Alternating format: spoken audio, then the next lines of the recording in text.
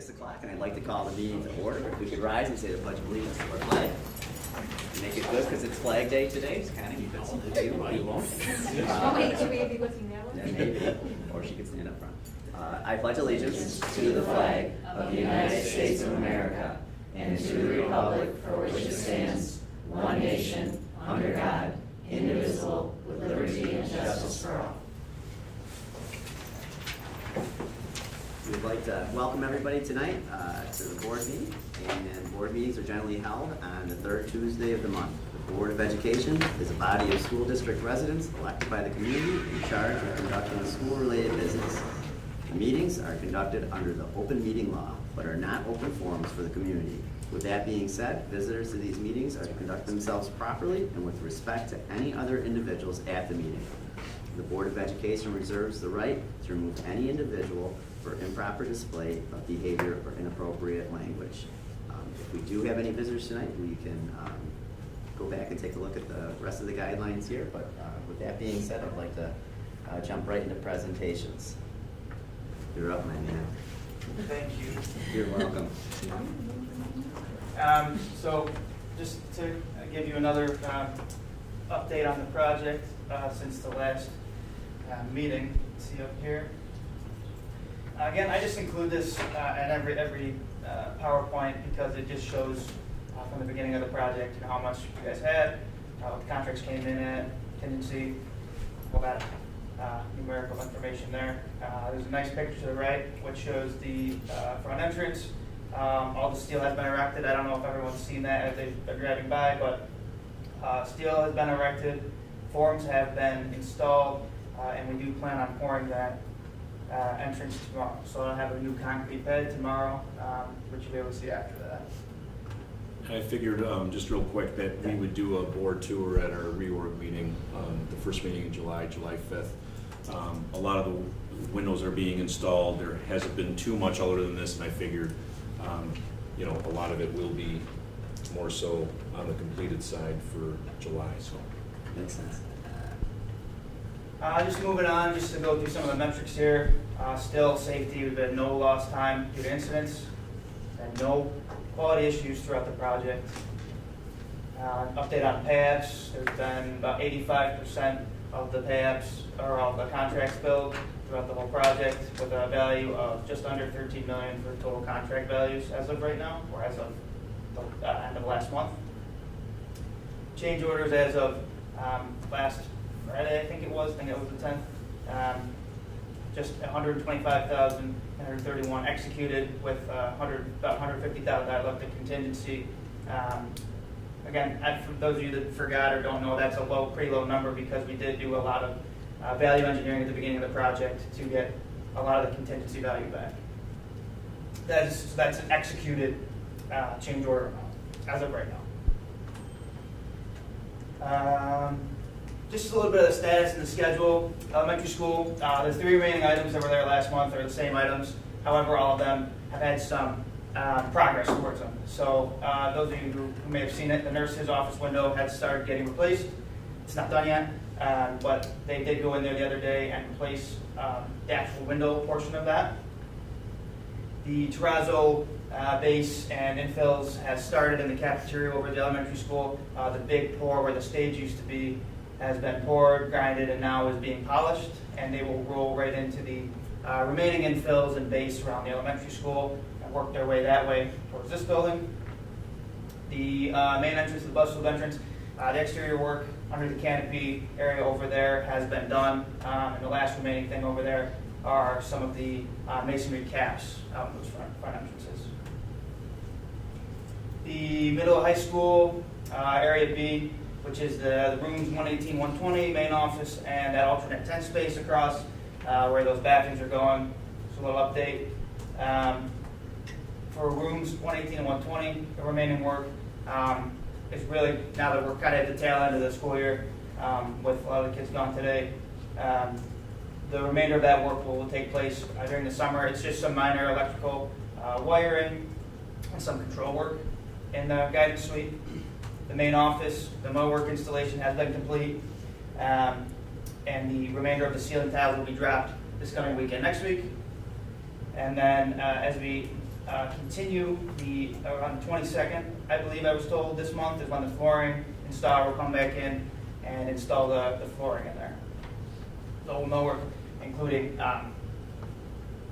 the countertops included. There is actually one countertop that is not installed yet, so I misspoke about it being completed, but it's one countertop away from being completed in that main office. Alternate 10, we are starting to demo those bathrooms tomorrow. So we'll have all of our contractors go across the hall into those bathrooms and really start demoing those existing bathrooms so we can start really going at those bathroom renovations. Area C includes that main entrance. Like John mentioned, hasn't been too much visually that's been going on, except for the steel that has been complete, the steel out front, and the concrete will be poured. I say this week, it will be poured tomorrow. It'll be in 2 pours, so it'll be tomorrow and Thursday, and then afterwards we'll have our drywaller come back, start framing up that whole front entrance. Window installation continues. We moved from the middle school wing to my right to the high school wing on the left. We were working towards the library, and we pulled an audible today, I believe, because of the testing that will be going on and is going on. So they are now at the backup area D behind the high school wing, continuing on. Just a few pictures just to update everybody. So the one on the bottom left, that's just kind of that under that canopy little area at the elementary school main entrance. And then the one on the top right is all the steel work that I completed last week. And then just another 2 pictures so you can see on the bottom left, that is the front of the high school wing that has been completed thus far. And then to the right, I know you've seen them, the windows have been done for a while, but I like this because they got a lot of those new blue panels installed up top, so you can kind of get a visual on that, although some of them still have the plastic wrapping over the front of them. And then I'll direct to any questions anyone may have, and here's just another picture from that front entrance, all the steel work that has been done. Can you discuss a little bit about the change order that we have tonight for the materials in the entrance building? For The floor? yeah. Yeah, so, of course, so that floor had a lot of unforeseen conditions. It had a bunch of different elevations to it, maybe 7 or 8 different elevations, depending on all the different areas that the main area entrance included. Along with that, it had that steam tunnel that runs along the front there. So it was a lot of, okay, we can't really put the terrazzo down on the existing conditions, so we had to pour a new slab. And how do we do that? And what that included was a lot of extra demo of removing the existing floors at different elevations, and then a new pour, reinforcing the steam tunnel correctly so it doesn't cave in, additional rebar foundations, etc. So that's a lot of different elevations, a lot of unforeseens, and existing conditions. So then the original material we were going to use, we're no longer using, and there's a different material we're using? There was a plan in action without doing any of that extra work that wouldn't work mostly based off the elevations and the existing conditions of the floor. We changed what we were going to do, which included pouring a whole new slab, demoing the existing, and pouring a new slab, and then we ran into the steam tunnel having support issues, so that needed to be completely reinforced, wire mesh, rebar, and that's kind of 2 different portions of it. Because that's a substantial change order. That's like Absolutely. 49,000 or 45,000. I can't recall it exactly, but it seems like it's pretty labor intense. Yeah, It absolutely. makes And- more sense now that you. And the portion I failed to mention was we have to put expansion joints in the concrete. So that's why it's 2 pours. So we're pouring tomorrow and then pouring on Thursday to split up that main entrance area. There's 7 or 8 expansion joints that have to be included to prevent the cracking and the dismantling of the floor. So once we add this, that's not in the 125,000 contingency we've already spent? It is not included, just because it hasn't been written yet. No. So then this puts us over our contingency.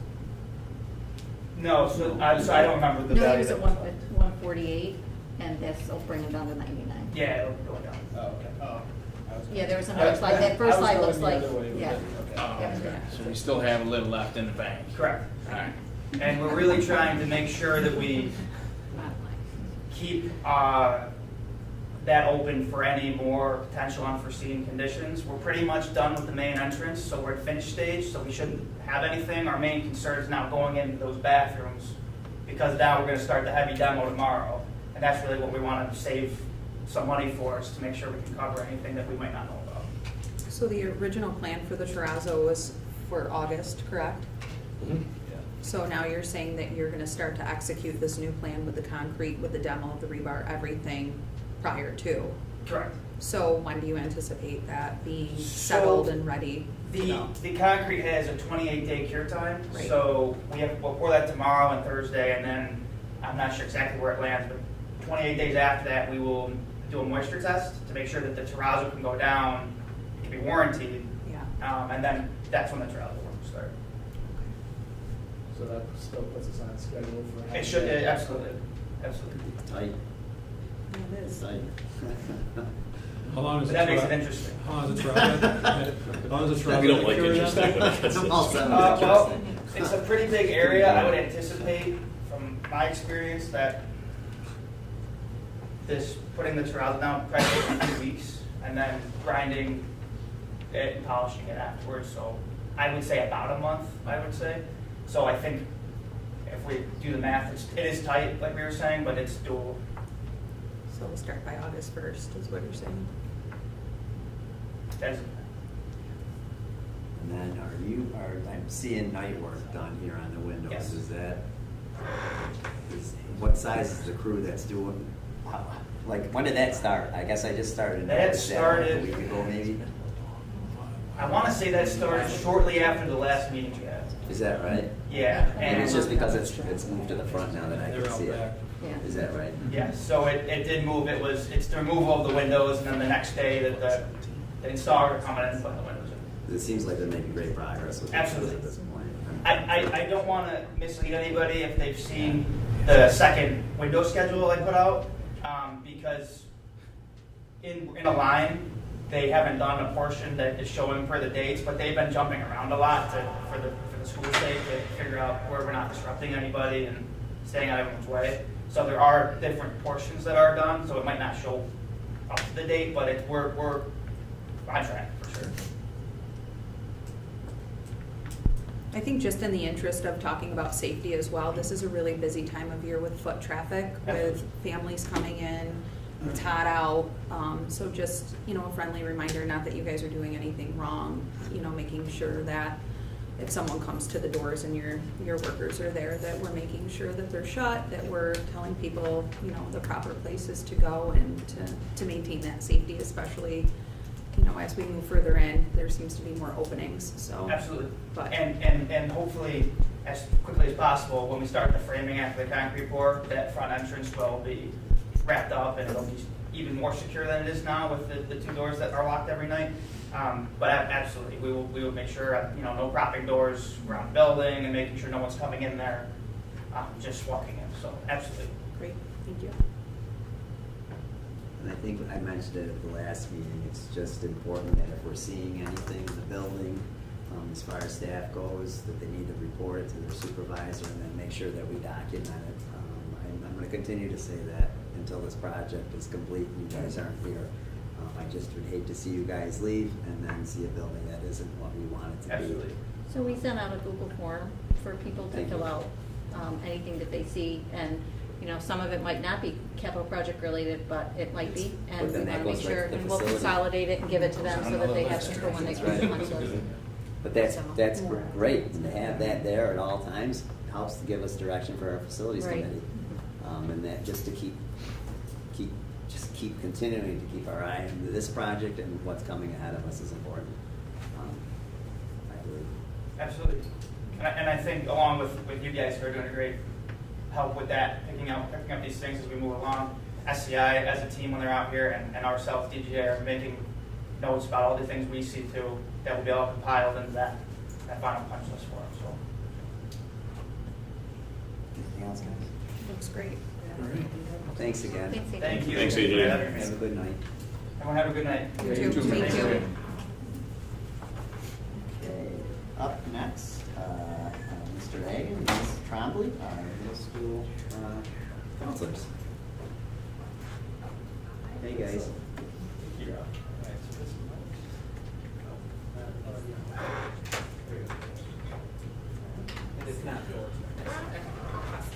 Perfect.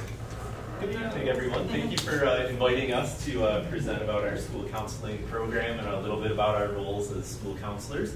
My name is Chad Egan, and I work with students who have the last names beginning with A through L through grades 6 through 12.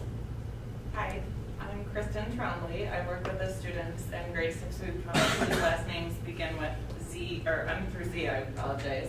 But I was going to mention too that Mr. Agate and I work hand in hand with all the students. So our offices are right next to each other, and if he's out for a moment, I will take anyone in from his side of the alphabet, and we do that hand in hand.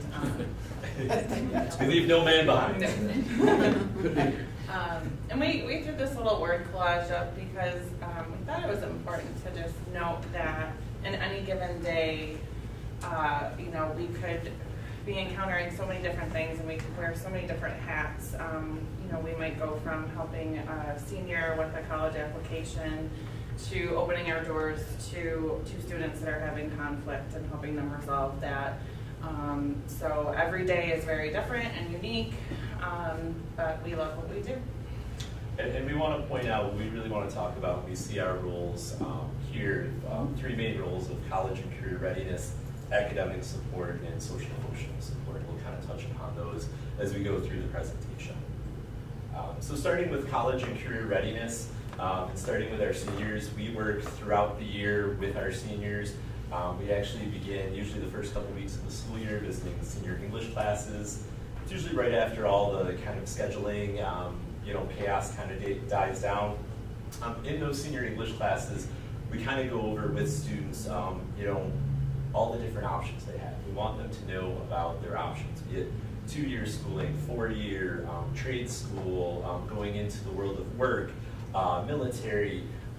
Everybody has a different path, and it's all about us trying to help them find that right path.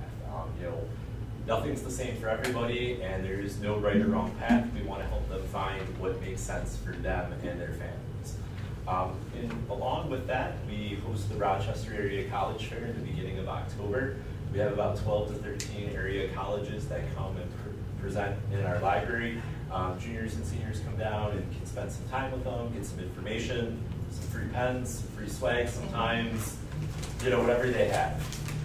We also host the area college reps throughout the fall for various colleges. We email students to let them know if they're interested. We have them on the announcements. We host a financial aid night, usually in the beginning, sometime in October. You can start doing your financial aid, the FAFSA piece of it, beginning October 1st. So we really like to be adaptive and flexible to the needs of our students, parents, community. This past summer we got some feedback from our administration that the community would like maybe a more hands-on, in-depth, personal financial aid night. So this past fall we were able to reach out to Brockport. They had, I believe, around 4 financial aid counselors come, and we let parents know what forms they needed, and they sat with families and filled out the FAFSA with them. So some families sat with them for an hour or longer, and when they left, their financial aid was done. One of the families, the couple said, well, you just prevented us from getting a divorce, so thank you. It's a long process, and it can be tedious. And again, we also, right after, usually late September through October, we hold individual senior meetings where we meet individually with our seniors and we go through their transcript to go over their GPA, their rank, their diploma type, make sure they have everything they need, and then talk about their options, what their plans are after for graduation, and how can we be helpful? How can we meet them and their families where they are, be it sending out applications, any questions they have, calling colleges, doing searches with them, trying to find that right fit for what they're looking for. Scholarship information. Throughout the year, we let seniors know this at the beginning of the year, that scholarship information that we get throughout the year is emailed to them, so to check their emails weekly throughout. Again, part of the adaptability and flexibility piece, we got some feedback from a parent in the winter that it would be helpful for parents of seniors to get these scholarships sent through Parent Square. So we worked with Mr. Peterson, and within a day or two, we were able to get that up and all set. We also, the scholarships are updated on our website throughout the year as well. And then assisting in college applications, we kind of work with the students, letting them know the Common App is a big one where you can apply to multiple colleges on one form. We work with them on how to get there, what it is, and really kind of giving students the options of, do you want to try it on your own? And if you have questions, let us know and we'll work through it with you. Or, do you feel more comfortable sitting with us and going through it? We are absolutely able to do that with them as well. So, and in the spring, we kind of keep on, checking on the completion of applications. We tell the students we really want those by the holidays. Completion of scholarships, financial aid, things like that. We also work with senior athletes who are looking to play Division I or II athletics by filing with the NCAA clearinghouse. So we work with them on that as to what that looks like, how that works, the fee, and to make sure their transcript is in line with what the NCAA deems as eligibility, which kind of nicely works in that it really follows a Regents format. And then we also send all required transcripts and recommendations to colleges. It's kind of really nice we're able to do this electronically with College App. College App. Also, continue with college and career readiness for our juniors as well. We administer the PSAT in the fall. It's usually in mid-October. So we meet with the students in early September to talk about what it is, the benefits of it, how to sign up with us, things like that. They are as well with our Rochester Area College Fair. They come down and meet with our reps like we had talked about. With English, or with juniors, we go into their English classes in the spring, kind of talk about SAT information, again, what it is, how to register, what the importance is if you need it, and then post-secondary options and information of what you should be, kind of a timeline of what you should be doing at that point of, you should be kind of looking at to visit colleges, looking at your options, kind of exploring with your family, what might be that best fit, that right path for you. We also take the students on a field trip to the National College Fair in Buffalo and Rochester, usually in mid-March, and then we try to pair that with a field trip to a college as well that same day. Unfortunately, the past 2 years due to COVID, we haven't been able to do that, but with the world opening up, we hope that we're able to do that again starting this coming year. Mr. Egan had mentioned pushing into the English classrooms to talk about post-secondary options and a timeline for our students, especially juniors. But we do a lot of work with 8th grade all the way up through their 12th grade year with college and career readiness, 9th graders, and we do this, as we did with other grades as well. But we begin to really explore career interests, kind of what are your interests, your individual interests, and then build on that to come up with some career interests. Some students know exactly what they want to do. Others have no idea, and then we can, put to good use career interest inventories.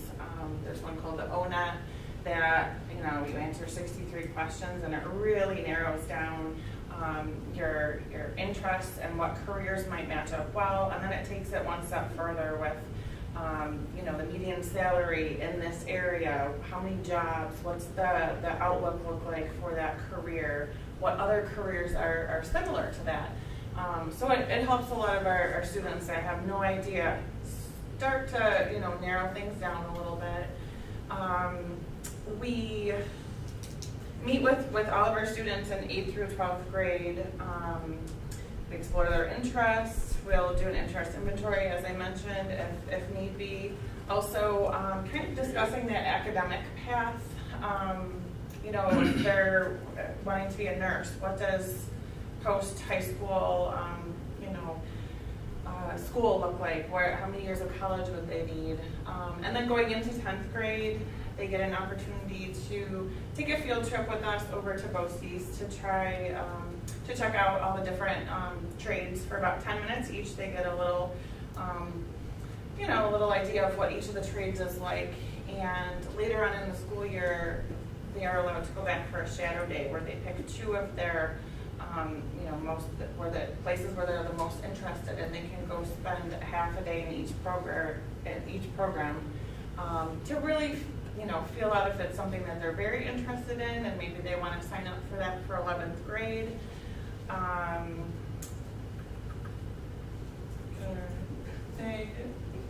College and career readiness again. So we have really partnered with Genesee County Business Education Alliance this year and done a few different career readiness events with them. In the fall, we did Glow With Your Hands. It was at the Genesee County Fairgrounds.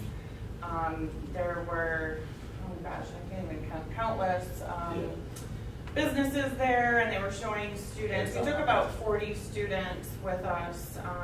There's hands-on activities where they can really dive into some of those trades and see if they would have an interest in those. It was a wonderful opportunity. I think there was like a fastest sawing competition that if I remember the students really enjoyed. They got really to drive like some of the bigger construction equipment. Yeah. I know they were like digging holes. It's and, cool. And then we did a career talk here at the school with healthcare professionals. We had some community healthcare professionals come in and talk to our juniors and seniors about what they do, what their career path looked like, just to maybe get them interested in some of those healthcare fields, or at least educate them on those professions. We held a job fair readiness presentation to get them ready for a job fair that we had here at the school, where our high school kids could come during their study halls or during their lunch period to meet local companies that had job openings. So they could, a lot of these community companies were recruiting, but also just kind of informing students of what they did for their future endeavors if they had an interest. Transitioning to our next kind of area and role that we feel is very important is academic support. Pretty much we are continuously reviewing academic progress and transcripts with students, with parents. I don't know that there's a conversation or a meeting that we have with a student where at some point it doesn't come up, how are your grades? How are classes going? Let's check your grades. What can we be helpful with? Another big piece of the academic support and what we do is involved in the scheduling process from year to year. So starting in late January, going into the beginning of March, we hold one-to-one meetings with students and parents. Parents are invited from 8th through 11th grade. And in those meetings, we kind of review how the year went. How are your classes going? How are grades?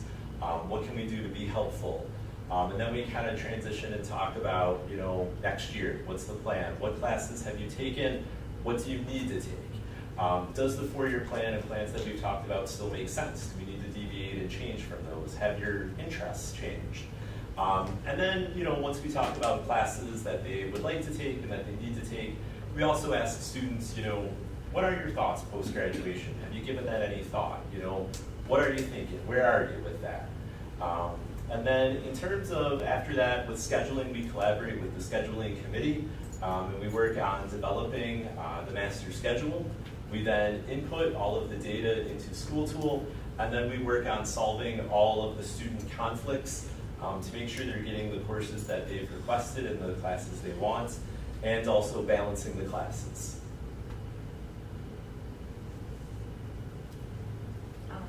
One other thing on that too is we also, in keeping with academic support and progress, we have a spreadsheet that we go over each summer where we fill in how students have done with Regents exams and their progress to make sure that students are on track to be successful for graduation. Okay.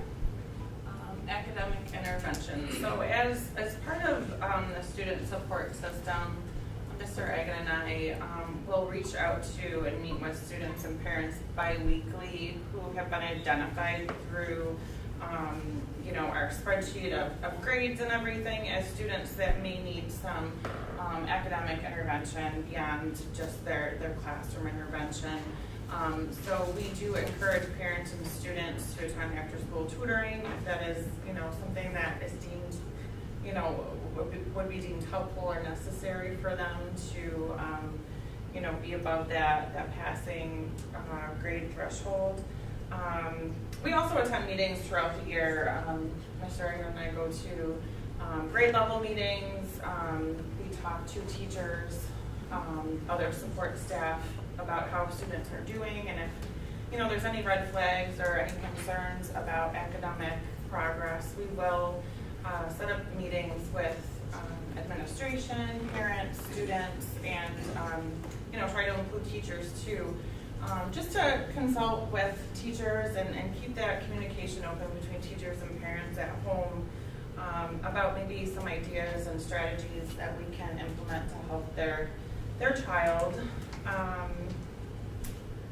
And I think what is really cool that we get to do is, and important is celebrating the successes of our students.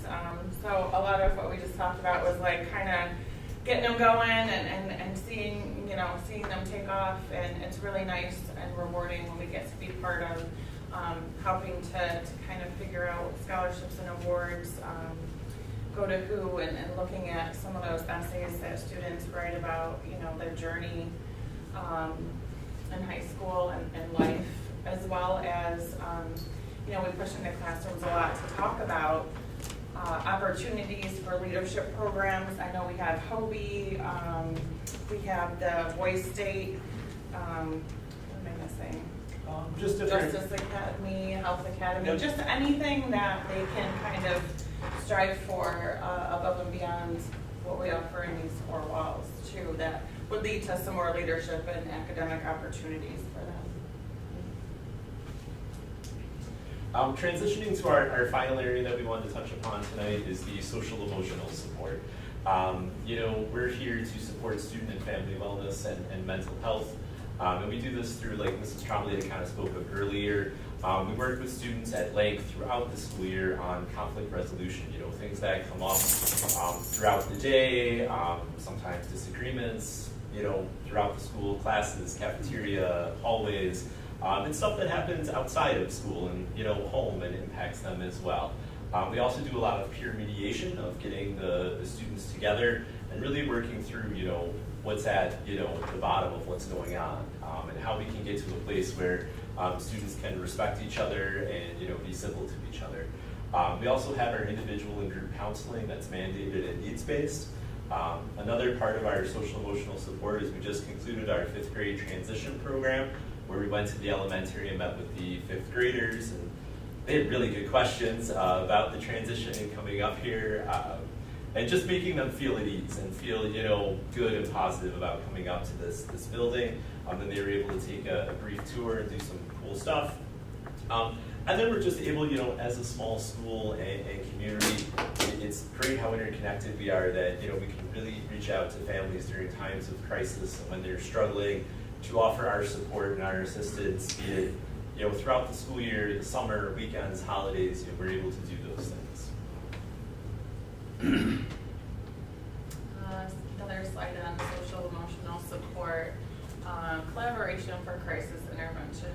I think everyone here is aware that there's, an increased need for mental health services in all communities right now, and I think one of the ways that we've kind of helped close that gap is we'll work with providers and collaborate with different providers like Genesee County Mental Health, probation, DSS, even hospitals, to kind of just help with that communication piece between teachers and home and families and school.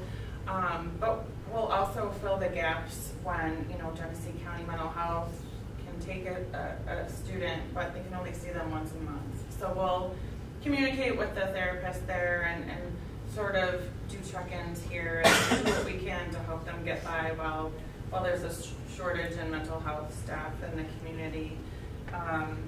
One other thing that we do that I think is great is bi-weekly Fsst meetings. So family, student and support team meetings. So we sit down with administration, our school resource officer, our social worker, psychologist, and our GCASA worker. And we, talk about what's been going on, what's upcoming, as well as, any problems that need to be solved. It's a great way for us to kind of join together and use all of our minds to make sure that we're covering all of our bases and using our time wisely.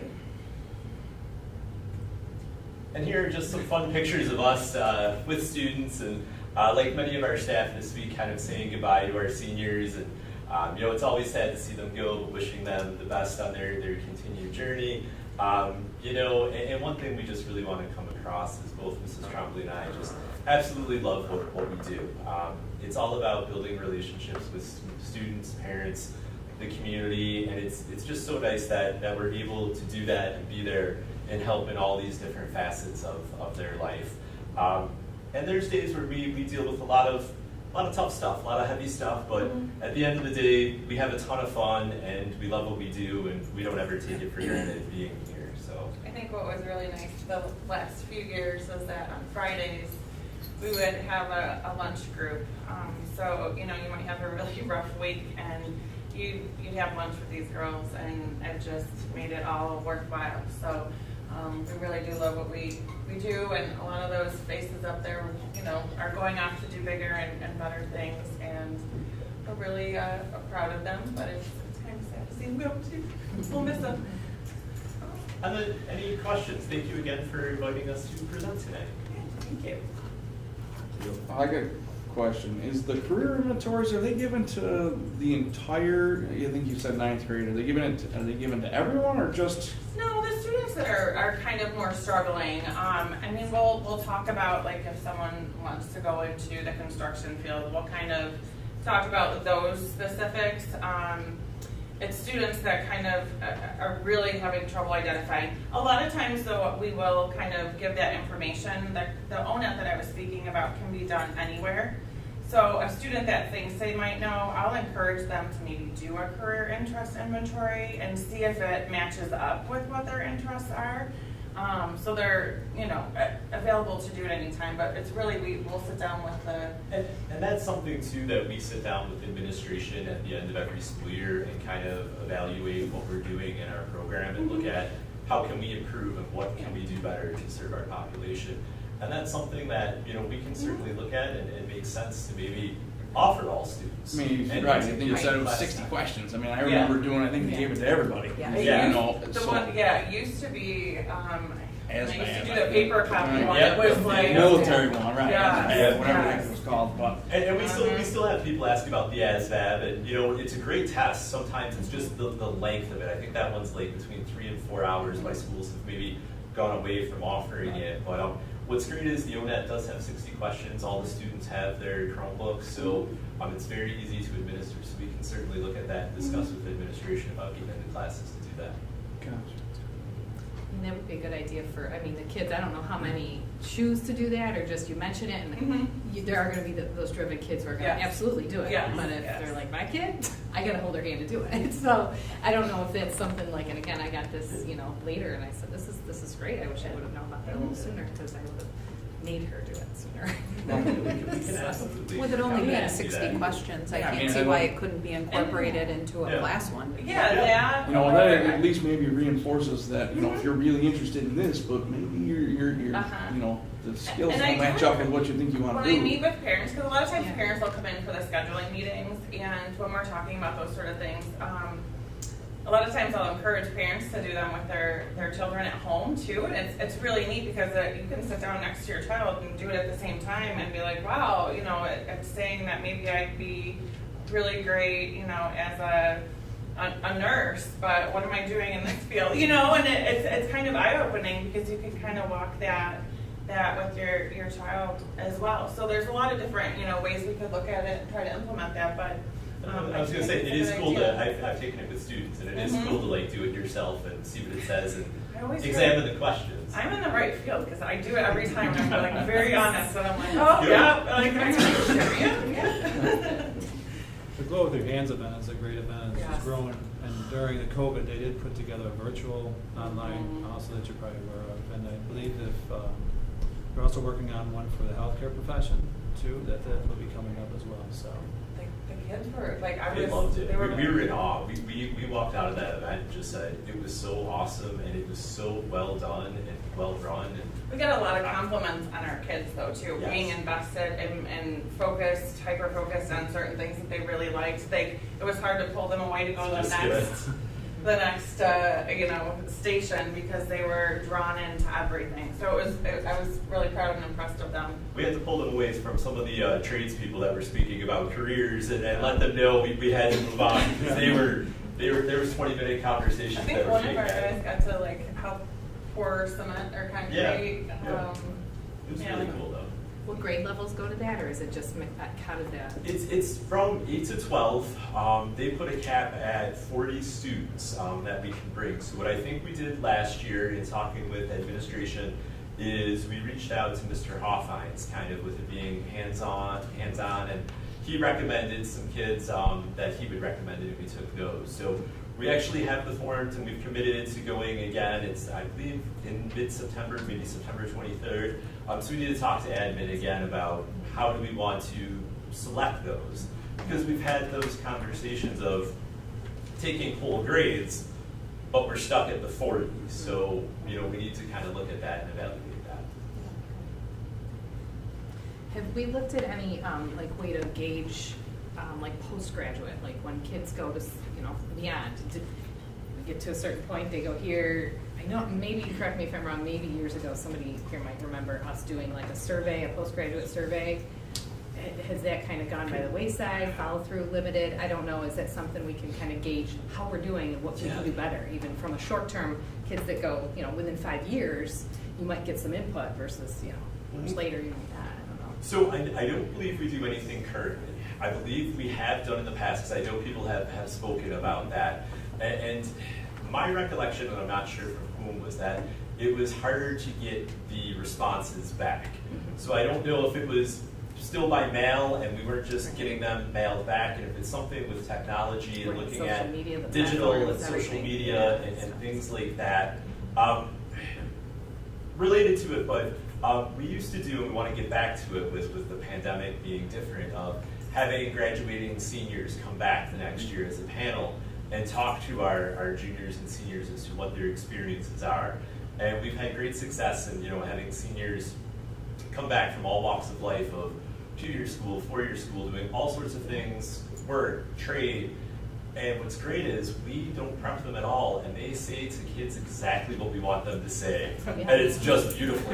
Yes, thank you. And you didn't prep them, you didn't say anything, but they give the kids a nice idea of like, this is what's in store for you, and this is what you need to do to help prepare you. And it's always nice to hear that from their peers. So again, that's something that hopefully we can get back to. I know in past years we've done that either right after Christmas while kids are still home from college and things like that, or we've done it at the tail end of the school year, like mid to late May when people are home as well.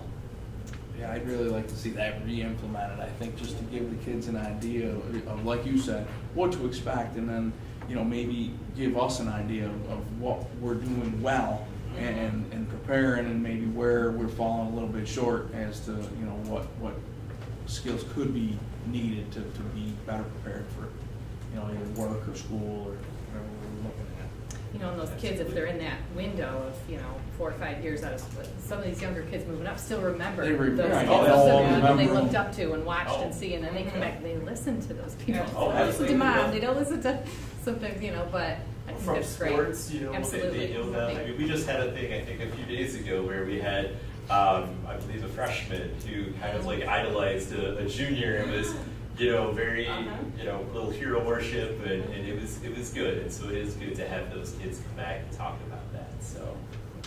I have one question. You touched on the SAT stuff, and we talked about Yep. that. I've been talking with you about that.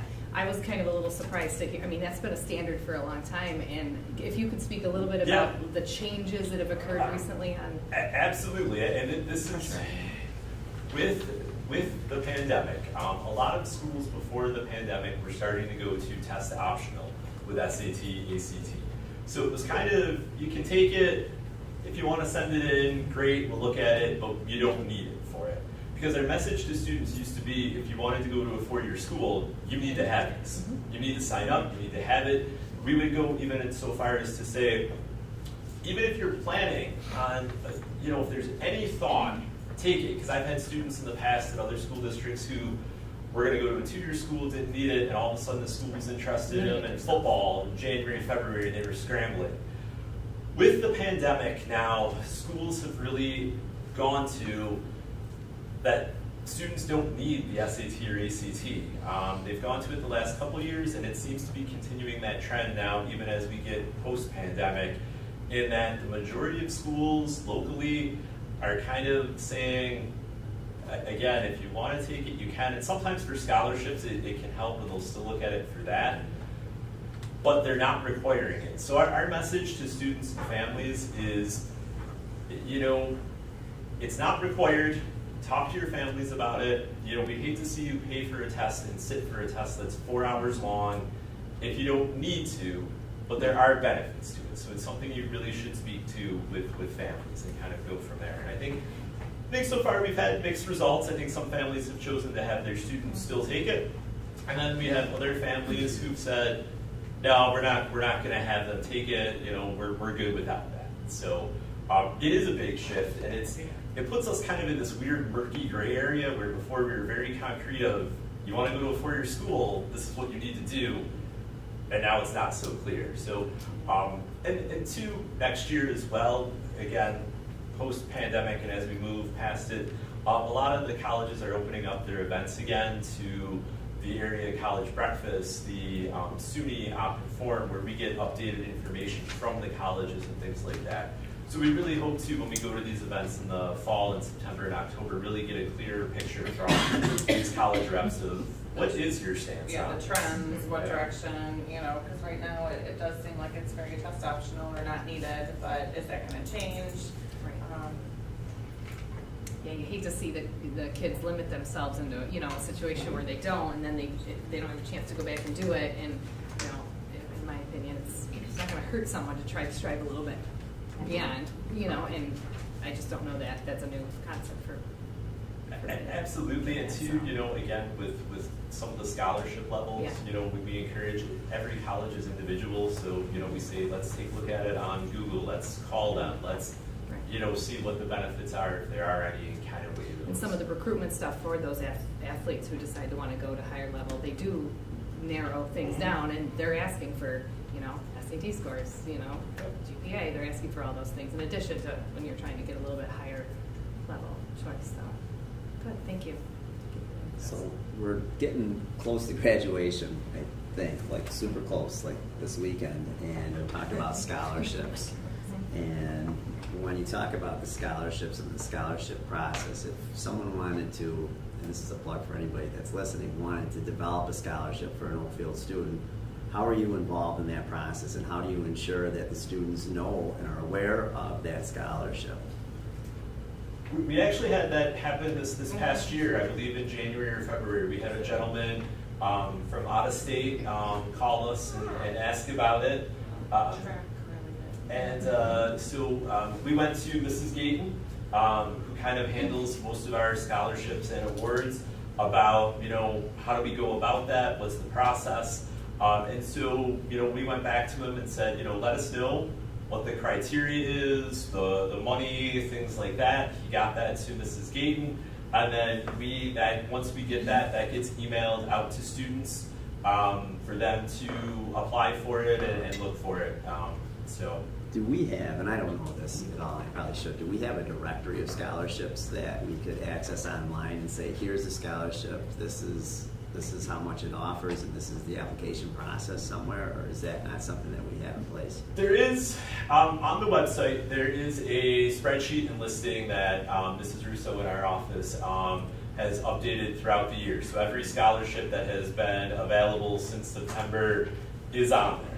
I believe it mentions how much and things like that. I don't know if there's links. Some of them have links that Yeah. have links, others, you know, they can reach out to us if they're interested, or, you know, Google the scholarship. But it'll have like the deadline too for the scholarships too. So it'll have all of the years, including the ones that have closed already, just so, you know, if someone wanted to take a peek, you could see what was out there and available. So I guess what I'm wondering is if all seniors are aware of all the scholarships that are available, so that someone can never say, I didn't have the opportunity to apply, because I think that's something that does come up and say, well, one person received 10 scholarships and somebody else did not. Well, all of them had equity and had the ability to apply. We're very careful about that. So every single scholarship that Mr. Agan and myself get goes to Mrs. Russo, and Mrs. Russo will send it out to all of our senior class. So they get it by email, and now the new thing this year is the parent square messages. So parents can also see what scholarships are being sent to their children to be like, hey, I saw this scholarship today, why don't you go check your email and dive into that. And then it's also on the website just for, you know, to look back or to look ahead if there's anything there. And then is there any advisement involved in the completion of the scholarship process? Do you ever have an opportunity to like have a scholarship workshop for anybody that's interested to be able to sit down or not? We haven't had necessarily a workshop. Right. What we have done is we have called students down and said, you know, for local scholarships, Dollars for Scholars, it's a big one, it has a lot of the local ones. Yep. You're really going to want to apply to it. Here's the website, here's the link, go to it, let us know what you need. You know, once they do that, we get an email for us to fill in transcript information and things like that. So there are ones where we'll kind of encourage students, there's stuff out there, let's make sure, or as we're aware of deadlines approaching for scholarship, and if, you know, Mrs. Gayton or other people let us know, no one's applied for this, you know, we will then reach out to send an email to students, announcement, and kind of say, this is out there, we want you to apply. And I know that you've done this too, but countless times I sit down with students that come to me and say, hey, I want to fill out the scholarship, I'm unclear how to do it, and we'll just, you know, sit down and do it together. And some are more complicated than others. Some are, Yeah. it's a form, and others have an essay and can be a little bit more complicated with the digital form. So, I have a question about the SATs. Yeah. What's the parent involvement look like in that decision if a student is going to take the SAT or not? Because I gotta imagine that there are kids out there that if you say you don't have to, they're gonna be like, okay, well, no, thank you. Whereas as a parent, if my child came home, I would say, you're gonna go back tomorrow and probably do that, only because I do understand the weight that those scores can carry, you know, post-graduation. So how were the parents involved in that decision? so a couple things. I mean, one, they don't sign up through the SAT. It's not an Oakfield thing. It's held at Batavia. It's all through College Board's website. So we direct them to there. So they would go there and fill out the form and pay the fee and go through the whole thing. And so I think parent involvement is, I think, like just letting parents know of this shift. You know, so through Parent Square, we can let them know, parent letter, And things like we this. send home a letter every fall to the juniors' parents with, when we push into the classroom, some of the topics, with some of the topics that we're gonna, you know, touch on when we push into the classrooms. And that includes, you know, the upcoming year and SATs and just any, you know, updates for parents to kind of be aware of through that timeline for their junior and senior years. Just piggybacking on some of the parent stuff, you said parents are invited to the scheduling process. How many actually take advantage of that? And is it, I mean, I remember in school, my parents never came to scheduling. And would it be beneficial for parents to come? I mean, I don't Honestly, I don't remember being invited. I don't know if I don't see the paperwork, or how are they invited? We actually get a really good turnout. We send a letter home, usually early January, kind of letting parents know that we're going to begin this process. And if you would like to be involved, please reach out to us and we will schedule the meeting with you when you can attend. We've had parents do it before school, 7 o'clock in the morning. We've had it after school where parents come in. We've done them through Zoom. Phone. Yeah, phone. I would say be 50%. Yeah, it's Okay. pretty high. I mean, Yeah. is that sent through like Parent Square, or is that paperwork coming home? What have I not seen? believe it's also through, sent through Parent Square. I believe Mr. Peterson sends that home as well. So again, we have, and in previous years, we've gotten really good turnout. We find it's a very effective. Oh, it sounds like it would be. Yeah, and we really welcome it. It's kind of a nice, easy backdoor way to almost have a parent conference with the student and to kind of talk about, like, I always make sure, like, to start off with, how is the year going? How are classes? Let's check grades. You have the parent there, and it's a captive audience. And, you know, the student doesn't have, you know, the wiggle room. They're kind of, you know, having that conversation.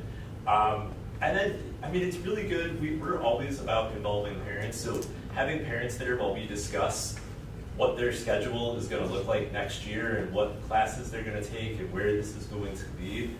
It's a great opportunity in that moment for the students to ask questions and for the parents to ask questions, so that we're kind of all on the same page, so that you don't necessarily have the kind of where the student says, I don't really want to take that next year. And you're like, all right, well, have you talked to your family?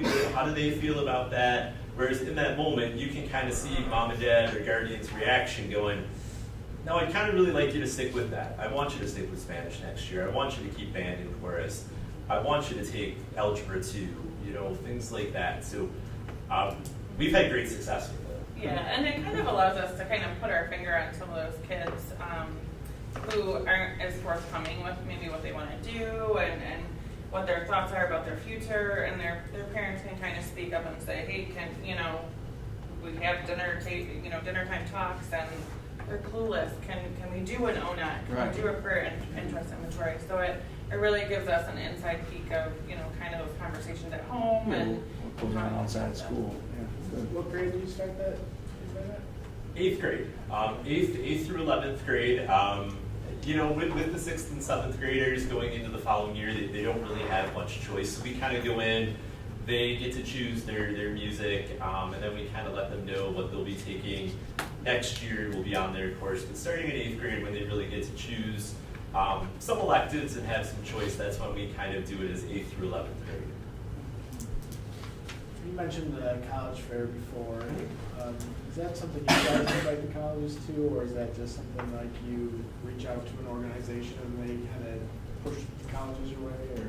It's actually an organization that's been doing it for a while. They actually reached out a few weeks ago. We have it set up, I believe, for Monday, October 3rd this coming year.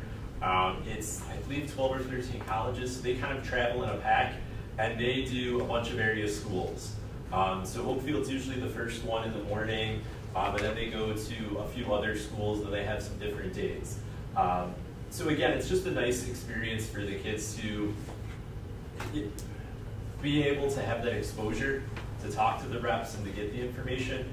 In previous years, you know, sometimes we'd have to really kind of herd the students and be like, all right, here, let's go talk to them. And so they weren't just gathering. But I would say the last few years that we've done it, they've done a great job on their own of just going, advocating for themselves, talking to these colleges, filling up their bags with all sorts of information and stuff. So it's just a great thing that this Rochester area consortium does, and they contact us every year about this time last month and get it set up for the following year. I assume there's probably no trade schools in that. It's pretty much just college. No, there are. I believe like Alfred State comes, Ilford U. What's that? Is Morrisville into that, or? I don't believe Morrisville comes. But it's a good mix of 2-year, 4-year trade schools, things like that. So Another thing that I think we did a good job getting the information out about the Tech Academy and going to visit that. I was really surprised at what an opportunity that is, and I don't think we can push that enough out into our community. We went to it because I was curious as to what it was. Yeah. And I'm sure there was other people from Oakfield there, but I did not see anybody else from Oakfield there from there. And for what type of opportunity that is, I think we really need to find a way to get that out more. I know you guys can't force people to go to it, and you got the information out about it, but even maybe, I don't know if they would come here one night and talk about it, or something like that, to where that's just a tremendous opportunity for kids, especially those kids, I think that are those, I'm not sure what I want to do type of thing, to, you know, have that opportunity. We've done a lot of different things with the Tech Academy, and there are, you know, we've had some mixed results. Some years we have a handful of students that go there. Other years, not so much. Like you said, you can't force students, but we have tried all sorts of recruitment things. A few years ago, I want to say 5-6 years ago, they would come and present a night. And so we had one year where we had a really good turnout, and then we had a few years where 1 or 2 parents showed. So in looking at their recruitment, they, in the past few years, I think last year, the year before, I can't remember, I took a group of students over there and did a tour so they could see firsthand what it was like.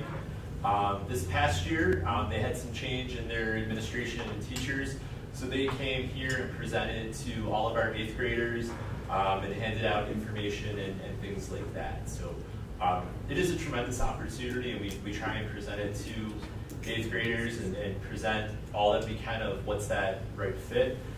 We've even had in the last couple of years students who were interested in it and signed up, and then through circumstances, you know, moved.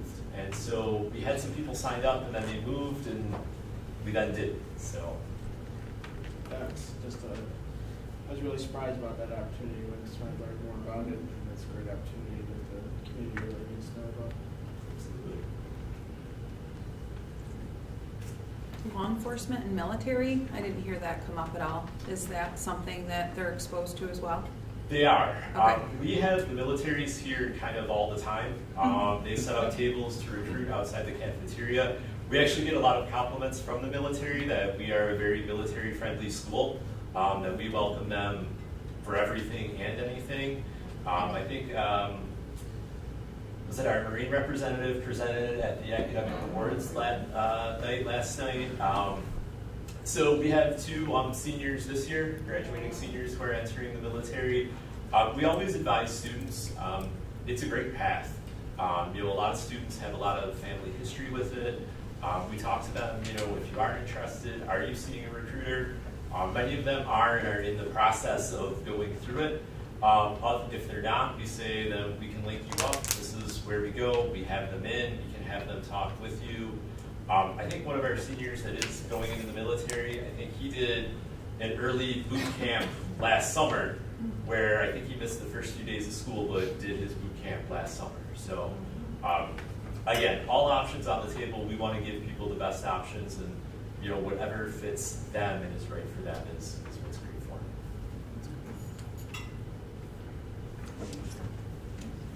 Well, thank you for a great presentation and answering all of our questions. We appreciate the work you guys do.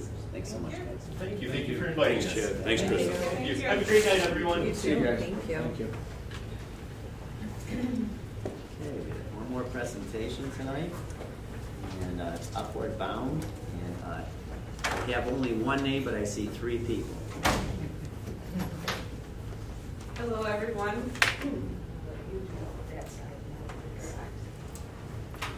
Hi, everyone. I am Andy Gable. I am the advisor for Upward Bound at Oakfield-Alabama Central School. And I'm Lisa Krause. I'm the director of the Upward Bound program at Genesee Community College. Thank you for letting us come here tonight to talk to you about Upward Bound and the things that we have been doing for your students here at Oakfield, as well as at Batavia City School District and Alexander Central School District. So first, Before we move on, we also have a student who is going to be speaking with you at the end. This is Lauren Mandel. Okay. Our students. Okay, so first thing, what is TRIO? What is Upward Bound? So TRIO has been around since 1964. It is a federally funded grant program, and we service students starting in middle school all the way through college. There are 7 TRIO programs. Upward Bound is one of them, and that's who we are. We work with students beginning at the beginning of their 9th grade, and we work through them all the way through high school. We have to track them 6 years past high school, so for a total of 10 years, we are tracking our students to ensure that the goals that we have set are being made. For example, did they go to college? Did they graduate from college? Did they get that post-baccalaureate degree? So we have to track our students for a total of 10 years. And back one. I am pleased to announce that we just received word a couple of weeks ago that we have received another 5-year grant for Genesee County. So your grant expires August 31st, and your new one starts September 1st. So the great news is that we will be able to provide services for you for the next 5 years. We've already been with you for the last 10. So we've been working with Oakfield for 2 grant cycles going on a 3rd. So what do we do with that money? It's a total of $1.5 million. Over the course of 5 years, we received $297,601 per year to provide services to our students. We have 60 students that we provide services to in Genesee County. I mentioned before, Alexander, Batavia, and Oakfield. So what do we do with all of that money? First, we provide weekly in-school advisement sessions. This is where Andy comes in. He is here at least 1 day per week, providing both academic and emotional social support. Academic support takes the form of what classes should you be taking next year because you want to be an engineer? What classes do you need support in? What can I do to offer you help?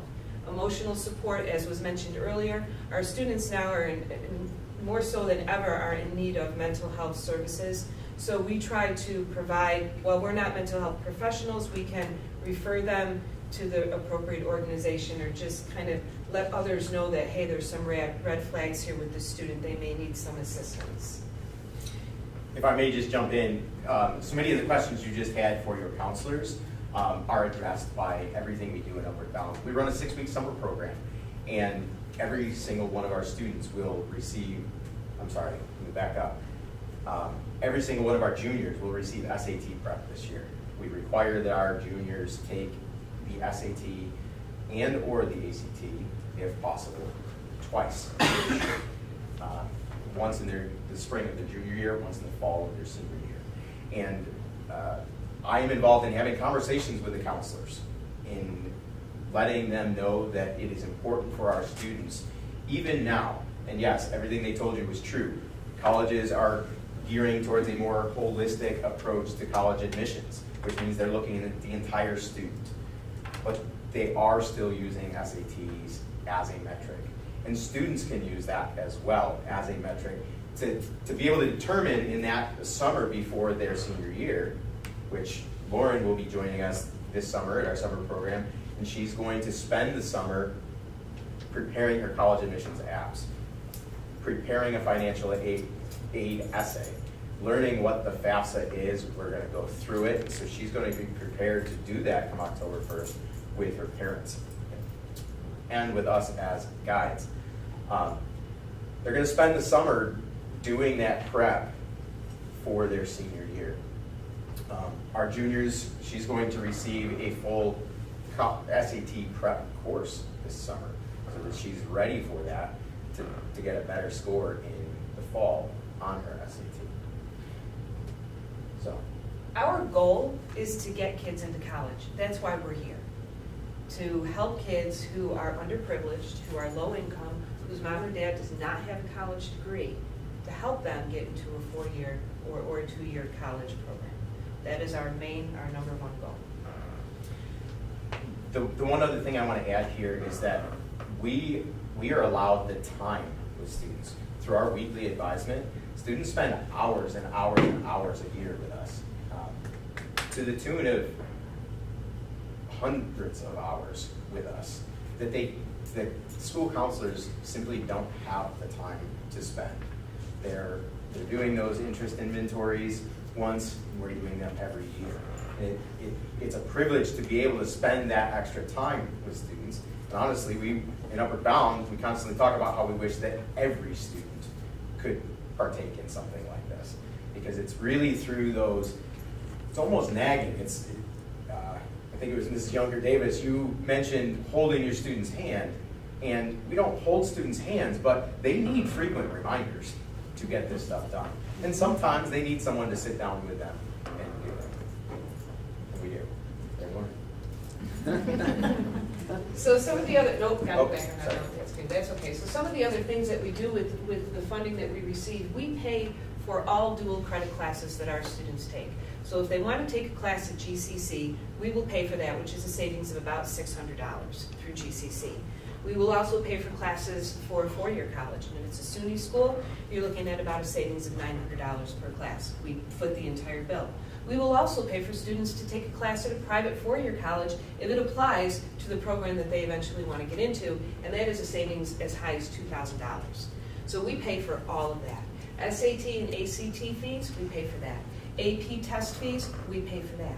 We have a supply pickup at the beginning of the year. We put tables out. There are binders and notebooks and pens and pencils and calculators and everything you could possibly need, we get. And if it's not there, all a kid has to do is say, Lisa, I need this, and they'll have it within a week. So we provide every supply they could possibly need. We take them on multiple trips throughout the year. Lots of college visits. Prior to COVID, we did visit schools outside of the state, which we're going to get back to now that COVID is just about over. But we have done all of the local colleges, all of them. And Lauren can share with you some of the trips that we go on. Usually in conjunction with a college visit, we have a business visit opportunity.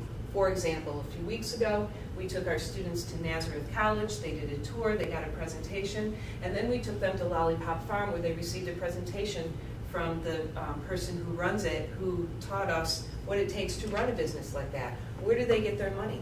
Where do they get their funding? How do they run things? So we try to pair a college visit along with a business visit or some other type of opportunity.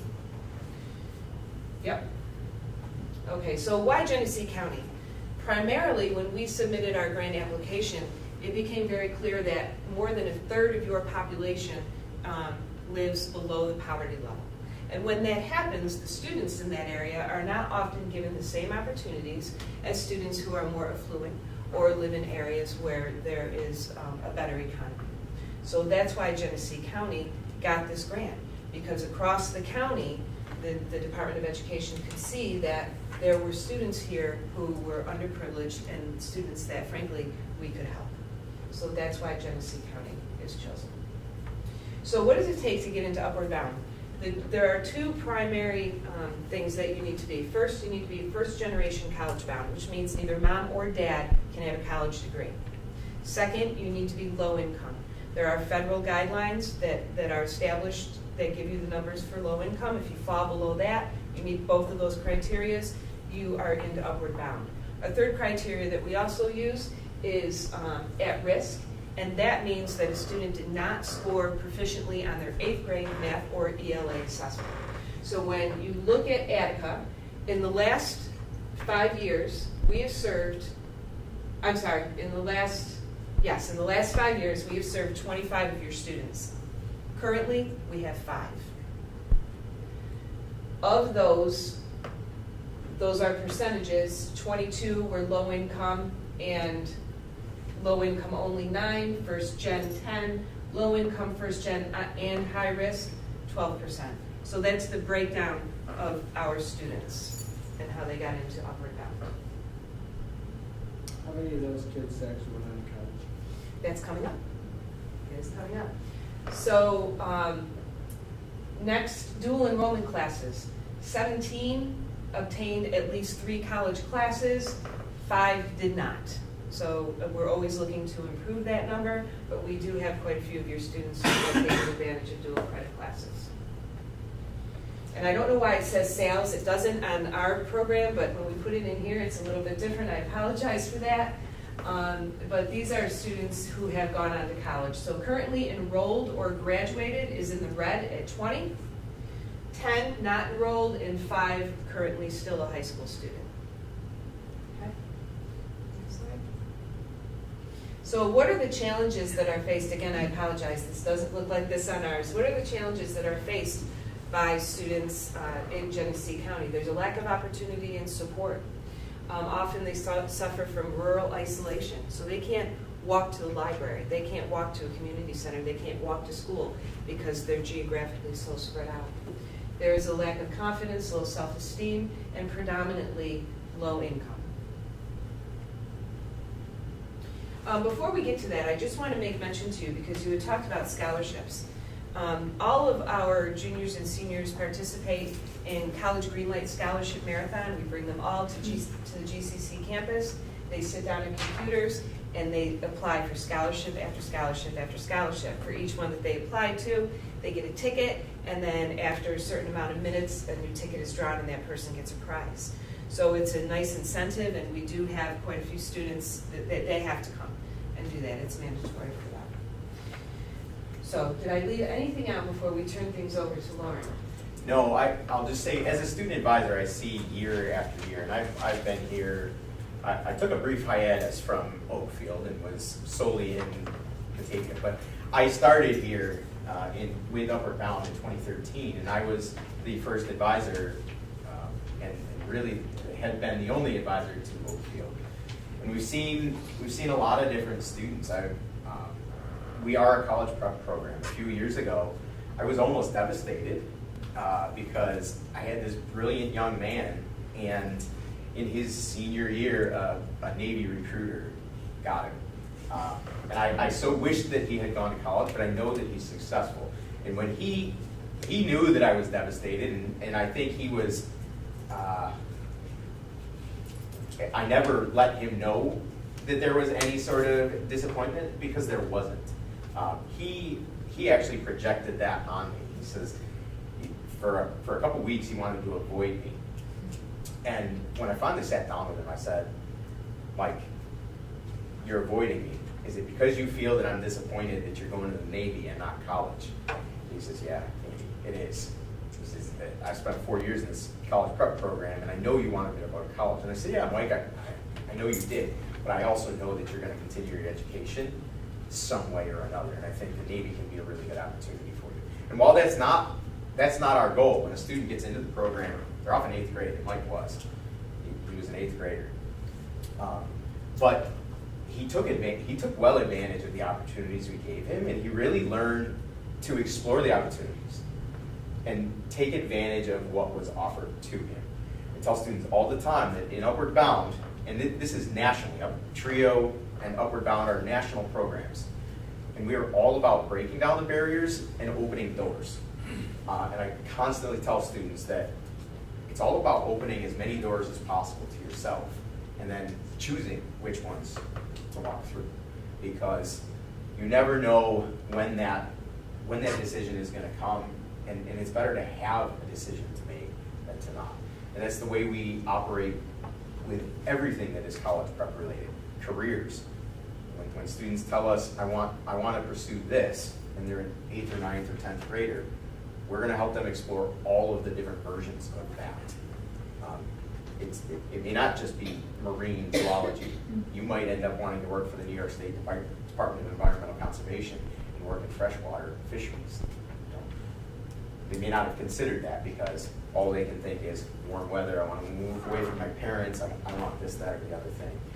And they become closed-minded. And Upward Bound, we're about creating an open mind. So I'll turn it over to Lauren. I got one more thing before we do. I promise Lauren, she's like, oh my God.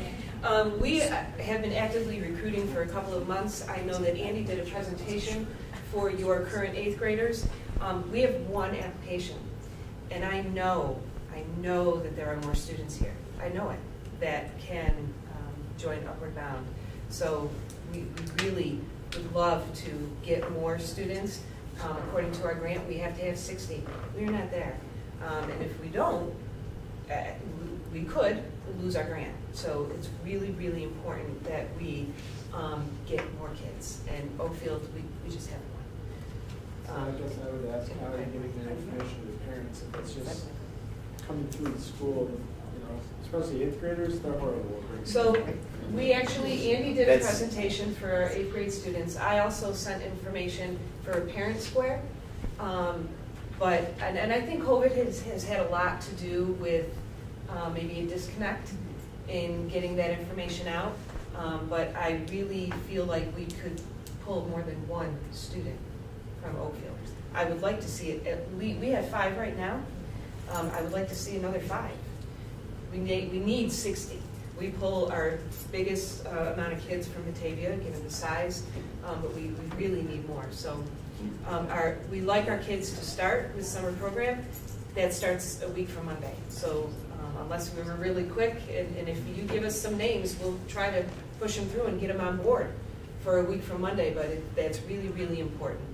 So now, then it's your turn. This is Very Lauren patient. Mandel. Well, I'm Lauren Mandel. I'm currently a junior here. I've been with Upward Bound since 8th grade. I really like it. A lot of kids here, summer program, you gotta go to class during summer, but classes aren't actually like you're sitting at a desk the whole time doing work like you would here. You're doing like more fun activities, if that makes any sense.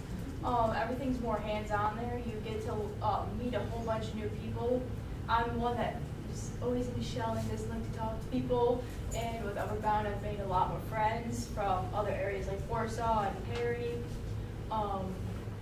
It's just a great program to be in, and I agree that we need more people from Oakfield in there. I'm currently on the board for it, and we've talked a lot about how we can get more people in, so hopefully we can do that. Well, Favorite trip? favorite trip. Been on a lot of them. Top 2. I think during COVID we went on a bunch of trips. Probably the Darien Lake trip. During COVID on Fridays we would go on trips to places that were close to us, like Hamlin Beach, Darien Lake. That's probably my favorite one because you check in once in a while, but you get to go on your own with your friends. You have to stay in the park. So that was fun that we got to have freedom. Unlike if you went with school, you're in a group with everybody. So that was fun. Favorite college visits? Probably we went to Fredonia and Hilbert a couple weeks ago. I like that because you got to see 2 schools in the same day. You could compare them to each other and figure out what you like about one and not the other one. So that was pretty fun. Do you have a college you're leaning towards now or looking at most closely? Still looking, but Upward Bound helped me get a scholarship to Wells College, so I'm gonna go look at that, and it looks nice. So. What do you think? What do you think you want to do, Lauren? What's your? Forget. That's okay. Neither do I. One of the things that I failed to mention before, we really develop close relationships, not just with the kids, but with the families. So when you were talking about filling out the FAFSA and the college applications and scholarships, it's very daunting, can be very overwhelming. So our advisors will go to the home and sit down in the kitchen, at the kitchen table, and fill out paperwork, or we'll do it over Zoom. So we really have that tight relationship because we're starting in 9th grade and all the way through. So by the time they're a senior, we're going over for dinner and filling out the FAFSA over coffee. So there's a lot of really close relationships. There's so much that is part of the work we do that is very intrusive into a student's life. I know way too much about many of my students' lives, but that's a big benefit because I can point them, we can, all of our advisors can point them in the direction of scholarships, jobs, colleges, and career categories. But also we can read between the lines. Lauren is not alone. Lauren doesn't know what she wants to do yet. And that is not for lack of her or I trying. We've engaged in a constant conversation about it. But there's also so much out there. It's very daunting. And so using the 4 years that a student is in high school to really try to narrow it down at least to a career category. And then all we can do is send them off to college in that career category and hope that it is stuck. Because the last thing I want is for a student to go to college and still be exploring too much and end up changing majors, wasting time, spending money. So we're gonna get there with Lauren. We have an entire summer, an entire year, almost an entire year left. But students are constantly in that boat where they're really not sure. And sometimes we overwhelm them with the options, right? But thinking about them at a young age and throughout really does help them to be better prepared for making that college choice or that career choice. Lauren, do you, I know you're super quiet, do you get a chance to talk to your friends in school about like just to kind of tell them about this stuff and? Recruit. Yeah, One basically friend that recruit, I yeah. do talk to is already in the program too, so. So can the two of you get together and just figure, Yeah, you know? we should. I think what really drove me is when he came into our, what was it, about health, not health. Mrs. Glidden's class, Home agreement. and he did a presentation. Who do? It was funny because everyone thought he was the weirdest person ever, and he is, and that's what makes it great. And it's fun to talk to him, so he kind of just draws you into it. This is evidence of that kind of Yeah. rapport that we built. And I think it's clear that Lauren feels pretty comfortable with us, and she does with most of our staff. See, you know, I often receive that roast, and I appreciate it. Lauren is one of my top roasters, and that's okay. Because I know that there's always still that respect and appreciation for the work we do. All of our students have all of our cell phone numbers. They call us at all hours, and that is perfectly fine. That's why we're there. When I leave a bus, I always say, we love you all, and we will see you soon. So there really is a very close relationship between us and our kids. And we really do love them all. So, what questions do you have for us? Perfect. Perfect timing. That was awesome. Sorry about that. That was great. Lauren, please start tomorrow. Help us out here. I'll work with the high school administration, but yeah. Lauren, not a question for you, but just an observation that I had. Like, you defined yourself as someone who's a little bit shyer, a little bit quieter. You said, I think, in my shell, but you certainly came to life, and you did a really great job presenting, and you could just see like your passion and excitement for this program come through in your presentation. So I just wanted to compliment you on that. You're welcome. We have a student advisory board, and Lauren is a member of that. So each school has one or two Upward Bound students who meet every month, and we discuss upcoming events, and they give us suggestions on what they think we should or should not be doing, and we often use that information for planning. So she's been great. It's been wonderful. What type of, like, how would people other than school know about this sort of thing? What? People other than? Well, like in this, unless your school recommends, tells you this program, how do people know about this? So Andy does a presentation for all 8th grade students. In the schools? In the schools. And we met with the superintendents earlier this year about some other recruitment possibilities. One of the things that has come up many times is having us present to parents at an open house, or 8th grade moving up night, or there's many different events that take place in the 8th grade year that might be beneficial for us to present at, and that's something I really would like to do. Like I said earlier, I know that there are more kids here that we can serve. I know it. We just haven't gotten to them, and we need to get to them because it changes the trajectory of their lives.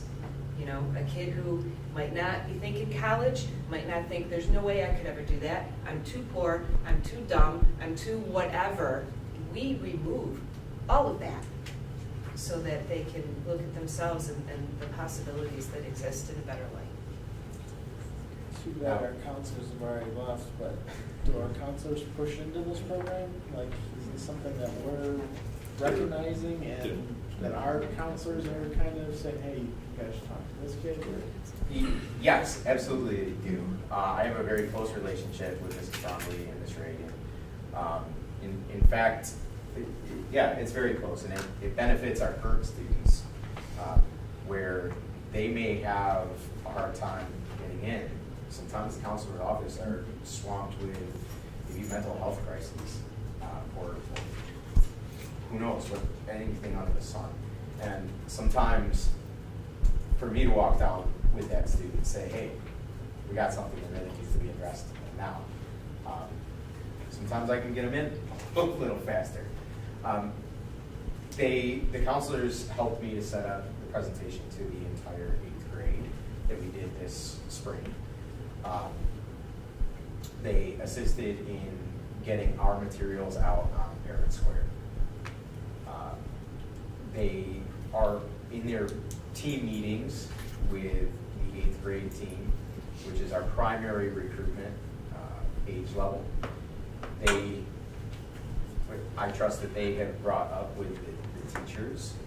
I think that while we have one application, there was another, and some of it is on the students. They need to follow through with it.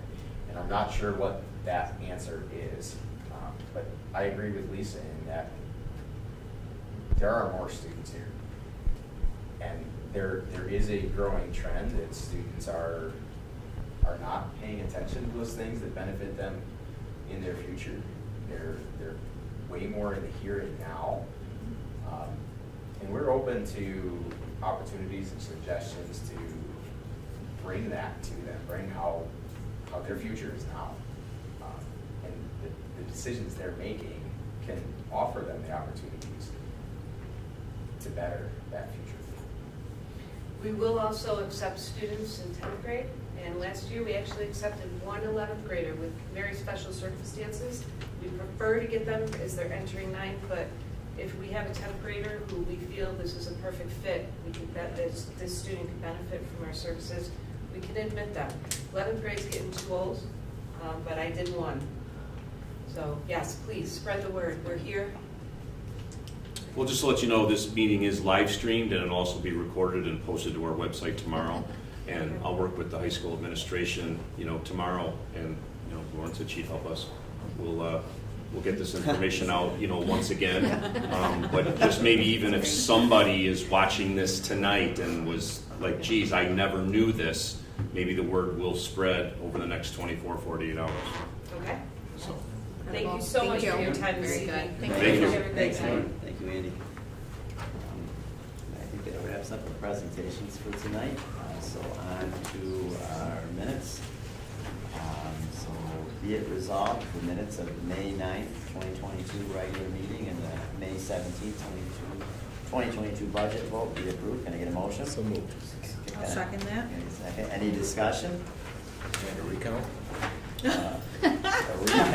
I see, now here's the thing, and there is a little discussion on this Your one. milkshake's coming. My It's coming. milkshake, right, I'd like it, yeah. I thought we were going this off. Well, he wanted to dip me in a milkshake, and I was really not. It's coming. Now we got a place open, so. Okay, well, I don't know, yeah, okay, that place might work. I'd like to go have our daughters serve us, Miss Davis and Miss Gardner, my daughter, is Okay. at another establishment in town that I would like to get service from. Okay. So, all in favor? Aye. All opposed? Motion happily passes. Visitors' requests. Carla, do we have anything tonight? No. Okay, wonderful.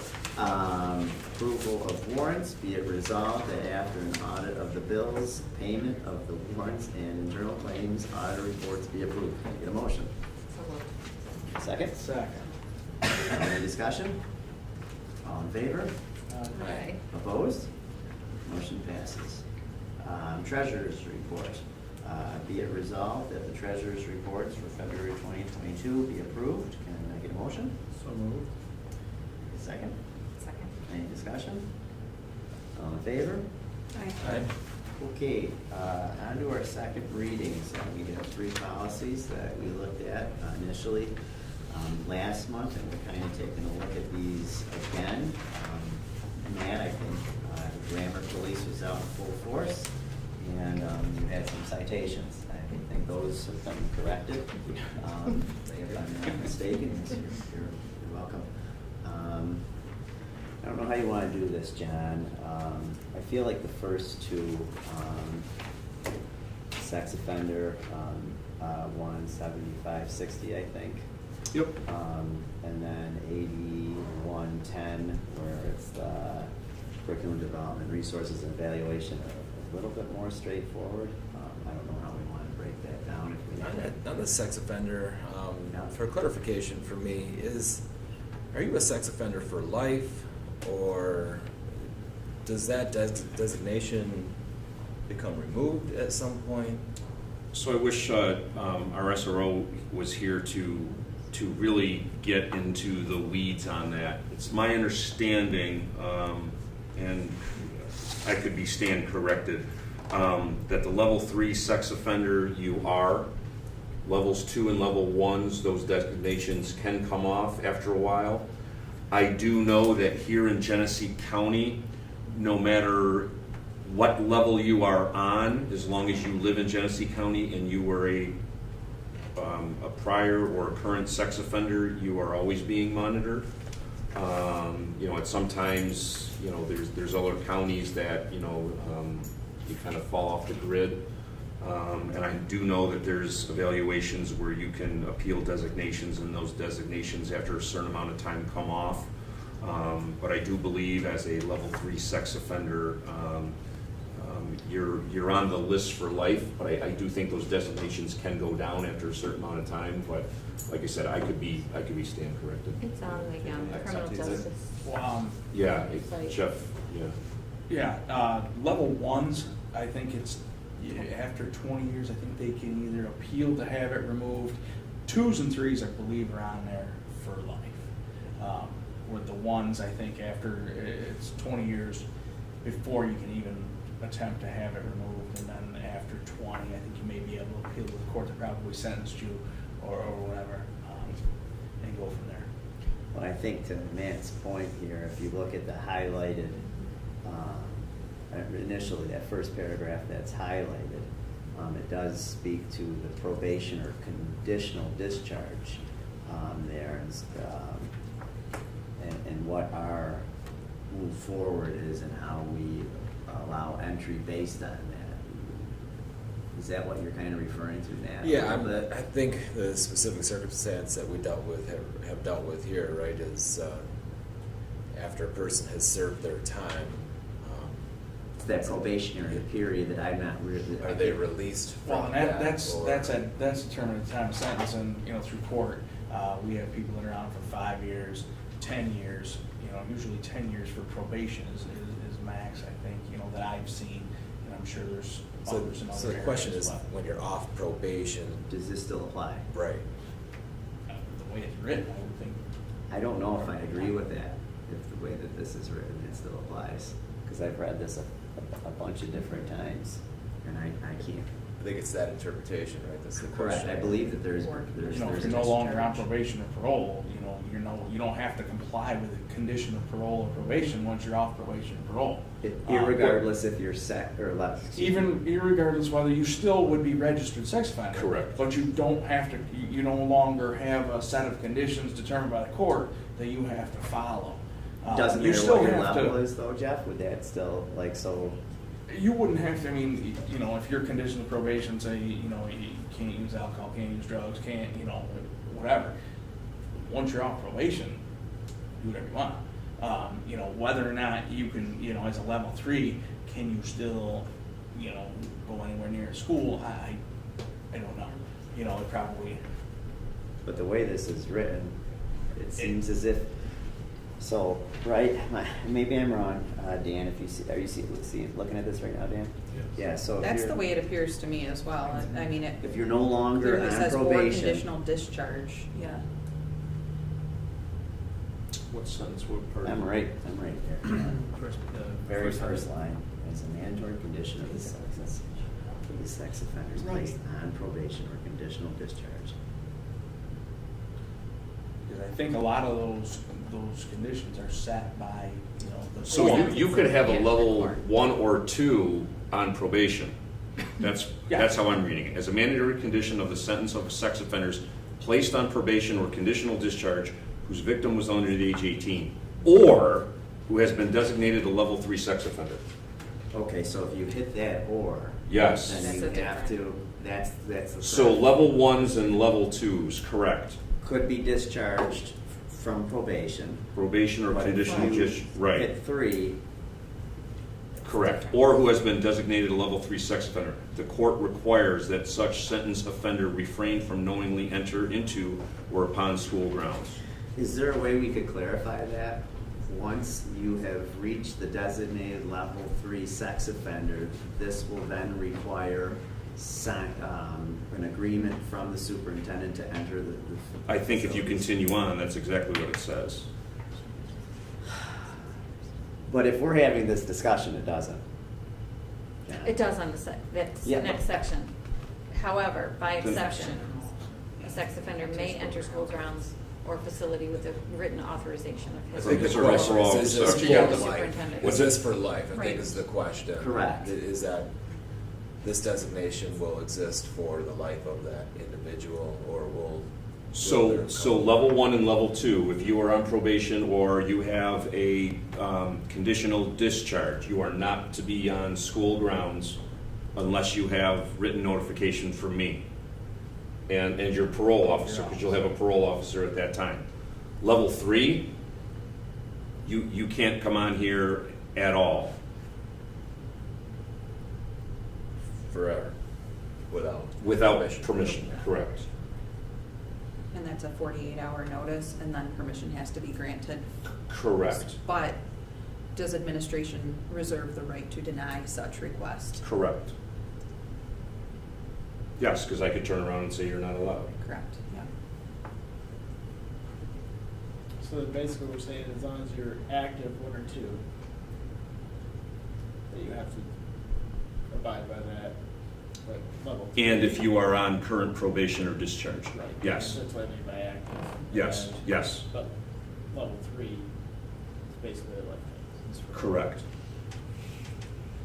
But if there's this much discussion around one paragraph, with people that have read it multiple times, this may not be as clear as we would like it to be.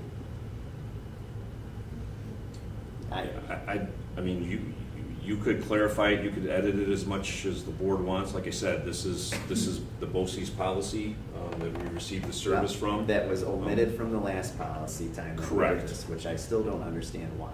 I do So- not have a clue. Could you just, after under the age of 18, just delete the "or who has been designated," delete that, and go on to say the court requires, and then in the next sentence, additionally, a level 3 sex offender for life also, and then go on to say the same thing. So handle the level 3 in a separate sentence. Right. Instead of the combination of the two. the So 1 and 2 is a conjunction there. category, 3 is a separate category. Delineating. Yeah, and emphasize that for 1 and 2 will be through probation or discharge, but level 3, there should not be the expectation that may ever change. Is there not enough difference between 1 and 2 for them to be separated out, or is it always I just don't kind of your understand why. combined So together? level 3 is basically like, you basically. Level 3, multiple you're times went back to delineated the as the same most thing. risk, you're at the highest risk to reoffend. 1 and 2, in theory, as your, you know. Does it your- get as worse your- with the level? Yes. Yeah, well, your risk to reoffend is higher as your level goes up. And there's different, you know, systems that determine the level and your risk to reoffend. But yeah, your number 3 technically would be at the highest risk to reoffend, you know. And I think I sent an email, you know, that, and it's all sort of age determines it, you know, obviously the crime itself determines it. How many times, you know, has there been previous acts? Type of Number of thing. times per offense. Or you maybe, you know, your level 1 may have committed his first crime in a series of what's gonna be, you know, 20 horrific crimes, but you know, he got designated a level 1. at the time of his first one. I mean, not saying that he's not gonna continue to commit crimes and go higher. But potentially, he Yeah. or she has the potential to reach that level 3. It's Right. just it could be the beginning. To of where, something. right, you could be the beginning and you're level 3, committed one horrible act. And it's Or a level series 3. of them. Or a series, yeah. Right. So I read this as, and we have the background knowledge in our community with our school resource officer in the Genesee County Sheriff's Office of sex offenders living in our community. This says that if you are on level 1, level 2, and you are on probation or you have conditional discharge, which we are able to find out, Yeah. or anybody that's designated level 3 must go through this process on the second page. And I think that's what you wanted to say. Yes, sir. I think. So I don't know, I guess I don't know the reason to separate those, because that first paragraph says, any mandatory condition of a sentence of a sex offender placed on probation or conditional, and then, or who has been designated level 3. So, Well, I think, I think some of the situations that have occurred previously, based on some of this language, that's what's being questioned. correct. And we do have some level 1 and level 2 sex offenders in our community that are no longer on probation and no longer conditional discharge. So they can come and go. They can come and go, but we do. Correct, we have a level- but you need to level 3 understand that when they do come through the Raptor system, it will still identify them. So that's why we have the communication with those families about what they can and cannot do based on their designation, where they are in their, time served and what they're designated as, a level 1, 2, or 3. And we work with the Genesee County Sheriff's Office and obviously our SRO to get that information.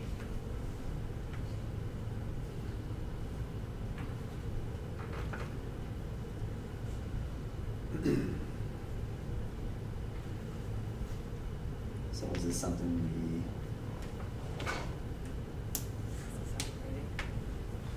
I think that once somebody explains that to you, you get it, Right. it clicks. Yeah.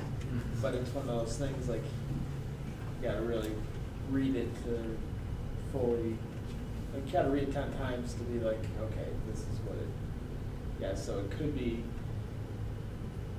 I think the first read could be more clear, but I think after you read it a couple times, the or is what hits you finally. So yes, at first it's not clear, but when you read into it, it's like, okay, yes, and you can see the framework of what we're trying to say. But the only way I think to make it even more clear is to separate the two and have a paragraph for level 1 and 2, these are the expectations, level 3. isn't that our obligation to make these policies as clear as possible after the first read? Clear and Yeah. consistent Right. That's right. across the board. We don't need to know the why, we just know the level, and then it needs to be consistent across the district. Right. And then the enforcement is there. That's the consistency. That's the Yeah. consistency. So I'd like to pass this down to next read. I would agree. We'll go ahead and Thanks, Pete. separate those and edit the wording, and then we'll get you to your, for a third reading. Thank you. Okay, and that goes to 8110, John, and that was the curriculum instruction state standards. That seemed to be a little bit more straightforward for me. I don't know about you guys, but it defines what curriculum is, the sequence, and instructional delivery, and how the curriculum has to align with the state standards.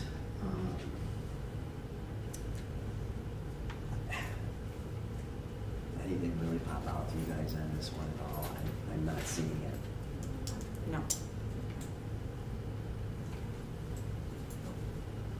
I like definitions. It's clear for me.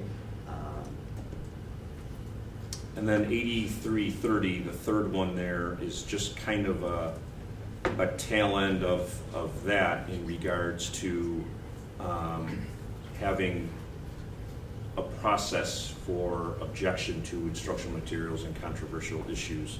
I mean, obviously, the board and we are aware of what we teach here, but it's getting to the point where, you know, some topics are getting to be controversial in some areas, school districts, and you know, there's a couple things out there currently right now that state ed is looking at.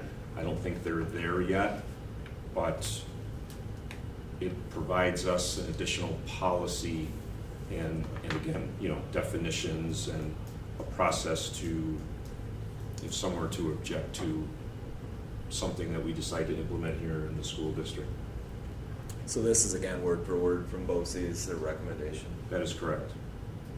I still get hung up on that 60 days. That seems like It's a long time, right? Like there goes absurd. to class, right? Like, it's going to be an emotional. And you'll see that it is updated because it's 2022, and this is the new policy just because of everything that's going on. I'll tell you that it would not take 60 days, but what happens is, you know, depending on the issue, depending on the controversy, somebody could object to, you know, War and Peace. Well, you're going to have people read it and research it and go through it, and but It seems more likely if it was a book, it'd be a particular excerpt of the book. yes, and we would do reviews. I do not see that being a long, drawn-out process. But if we talk about our board meetings, you know, our board meetings happen 30 days. So, you know, if something comes and I would alert the board and we would do some research and the board would have to make a final decision on what we're teaching, it could very easily take 2 board meetings, which is 60 days, so.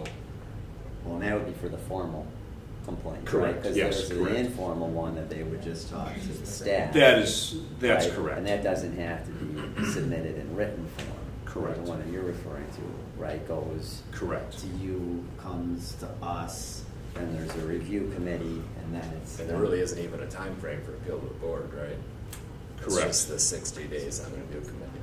I don't even see is there an appeal? It's right after the 60. Appeals of decisions by the I'm review sorry. committee Okay. and submitted in writing, superintendent will then submit the appeal to the board for action. Can that 60 days be 30 days, John? I could, sure.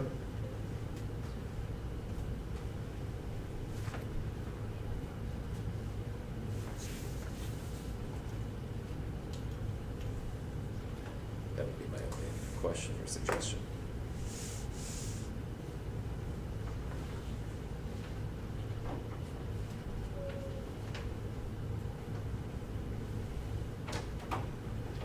Sure, I can make that edit and get it back to you. Dan, do you see this occurring often?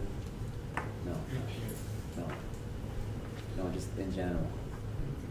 No. The 60, 30 days, is that though, that's not in the law, though, that everyone is writing this from? Is that mandatory? No, not the time frame.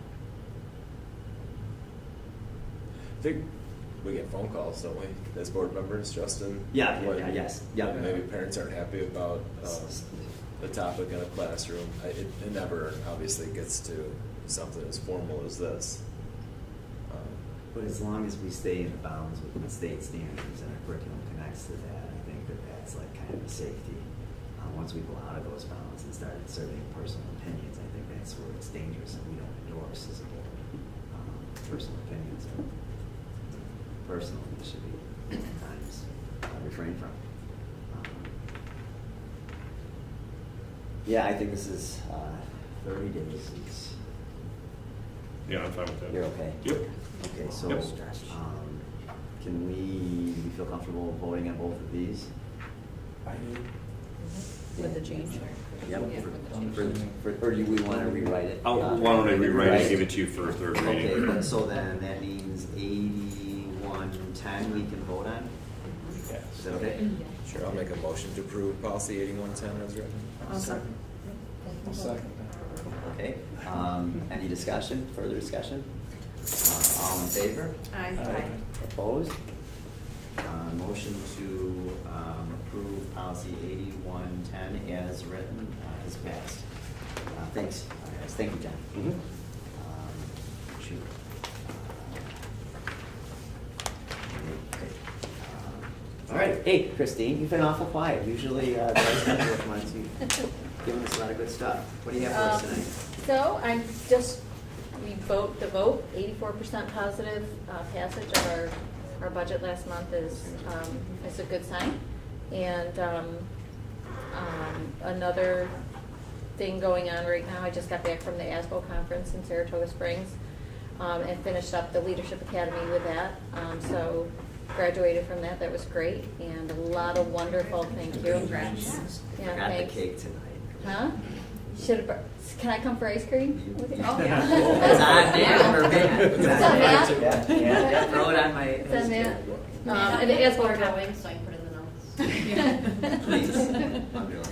The ASBO conference had a lot of great topics. It's a great time to meet other, businesses across the state that are obviously vying for your business, but bounce ideas off of them too about better things that we can bring back to our district to help us, which is great. But there was topics on facilities, which was like just wonderful for me. I got some great information I brought back and I'll share with John.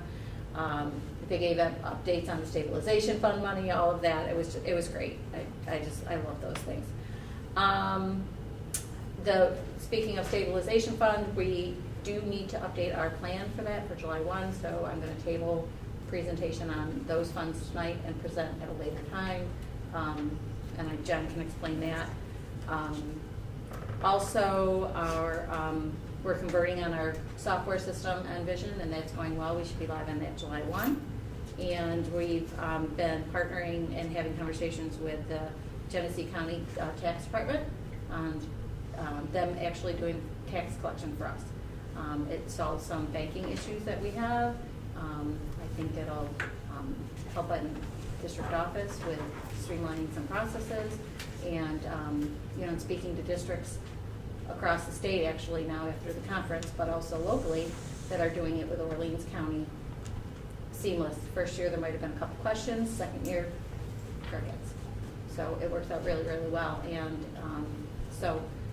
that's in the works. That's about all I have. Thanks. On the new business, the reserve funding request plan there, Christine, so what exactly are we doing there? We're not moving money. Not yet. After the audit, another thing, the auditors will be here starting next week. They do their prelim in June, and then they'll do their final audit in July. And once we have once we know where we're going to end up after the audit is done, then we'll have some final things. I kind of gave you a little bit of an idea where I think we'll be, but that $1 million is just broad in scope so that we can be flexible. And when we get down to the final numbers, we'll have conversations about where you guys want to have that money go. And that'll come up again in a board meeting? Yes, absolutely. Yep. So this action that we're taking here is just a heads up that we're going to be... It's giving the authorization to be able to make those transfers. So when the auditors are here this summer, we can make that designation, and then that'll come back to you when we do our reserve plan. And we'll make the For transfer at approval. a future meeting? Or... Did we do a separate resolution last year? I think we just did this resolution, and then as part of the reserve plan, decided. So we're giving you the authority to put the unappropriated fund balance into any of these reserves as you see fit up to whatever amount. I you wouldn't do that without any conversation with you guys first. Okay, I just want to make sure I understand. Yep. And do you expect that we'll probably be putting it into the capital? I think that was the All of it? initial. Yeah. These other reserves are probably funded at I think they're pretty healthy. The other ones are, the only other one I would do, and what we did last year is we put 130 into the TRS reserve, which was a brand new reserve last year. We can fund up to 2% of that, our annual tax TRS bill every year. That is not fully funded, so we could consider putting that into that. That could be used to pay our TRS obligation 1 year or over multiple years. So we could fund that as well, depending on what the fund balance are. But I think right now, knowing where we want to go with our capital projects in the future, that might Probably get most of it. TRS and ERS may not be a bad, or maybe a good idea. You have the employee contribution reserve, retirement contributions are there too. Yep, right? yep. Both of those are heavily involved and funded into the stock market. And so as that fluctuates, so does It's your. probably not doing very well right now. Right. Hard to say. Our our contributions could, go up as a result of that, and within the returns of those. So if there's a year where our contributions are gonna be significantly higher, we could pull from that reserve to help. Or if there's a year where, the tax cap, in a year where you've got 8.7% inflation, which we were at as of Friday, and you've got a 2% tax cap, limit, those years, that's the year that you dip into that to help pay that one expense on the expense side of things. So when do you anticipate us being able to have that conversation? To know? Yeah, would that be next? I'm probably late July, So early maybe August. August, would it be? Early August, Okay. yeah. But the max we can do for the TRS is $130,000 anyways. And the only other one I would anticipate that we would do that, the rest of it would be capital. But that's the initial. Okay. Thanks, Christine. Who else? All right, Dan? So, before I forget, Christine mentioned we have to have before July 1st, like every school district doesn't have enough to do in June. We have to have by July 1st a public forum / comment session in regards to what we are using our ARPA monies for, to update, our plan. That's one of the requirements. Superintendents feel that we have already done this. We've already allocated what we're using this for. We've already talked about it. There's no hidden dollars there. It's all for this. But to be in line with what the state is requiring, I'm making the recommendation, and I made the quick recommendation for Christine and I and the administration to hold a public comment forum section on Tuesday, June 28th at 9 o'clock in the morning. Why then? I'll be honest with you, the first public session, comment session we didn't receive any feedback. I think we've been very transparent with what we're doing with the monies. We need to update our plan. It'll be on our website. I don't think if we had it at any other time or any other day, we'd have an auditorium filled with people wanting to know this. So I think with the board's support, if we could just do that, we will be available for questions. We'll throw out some information.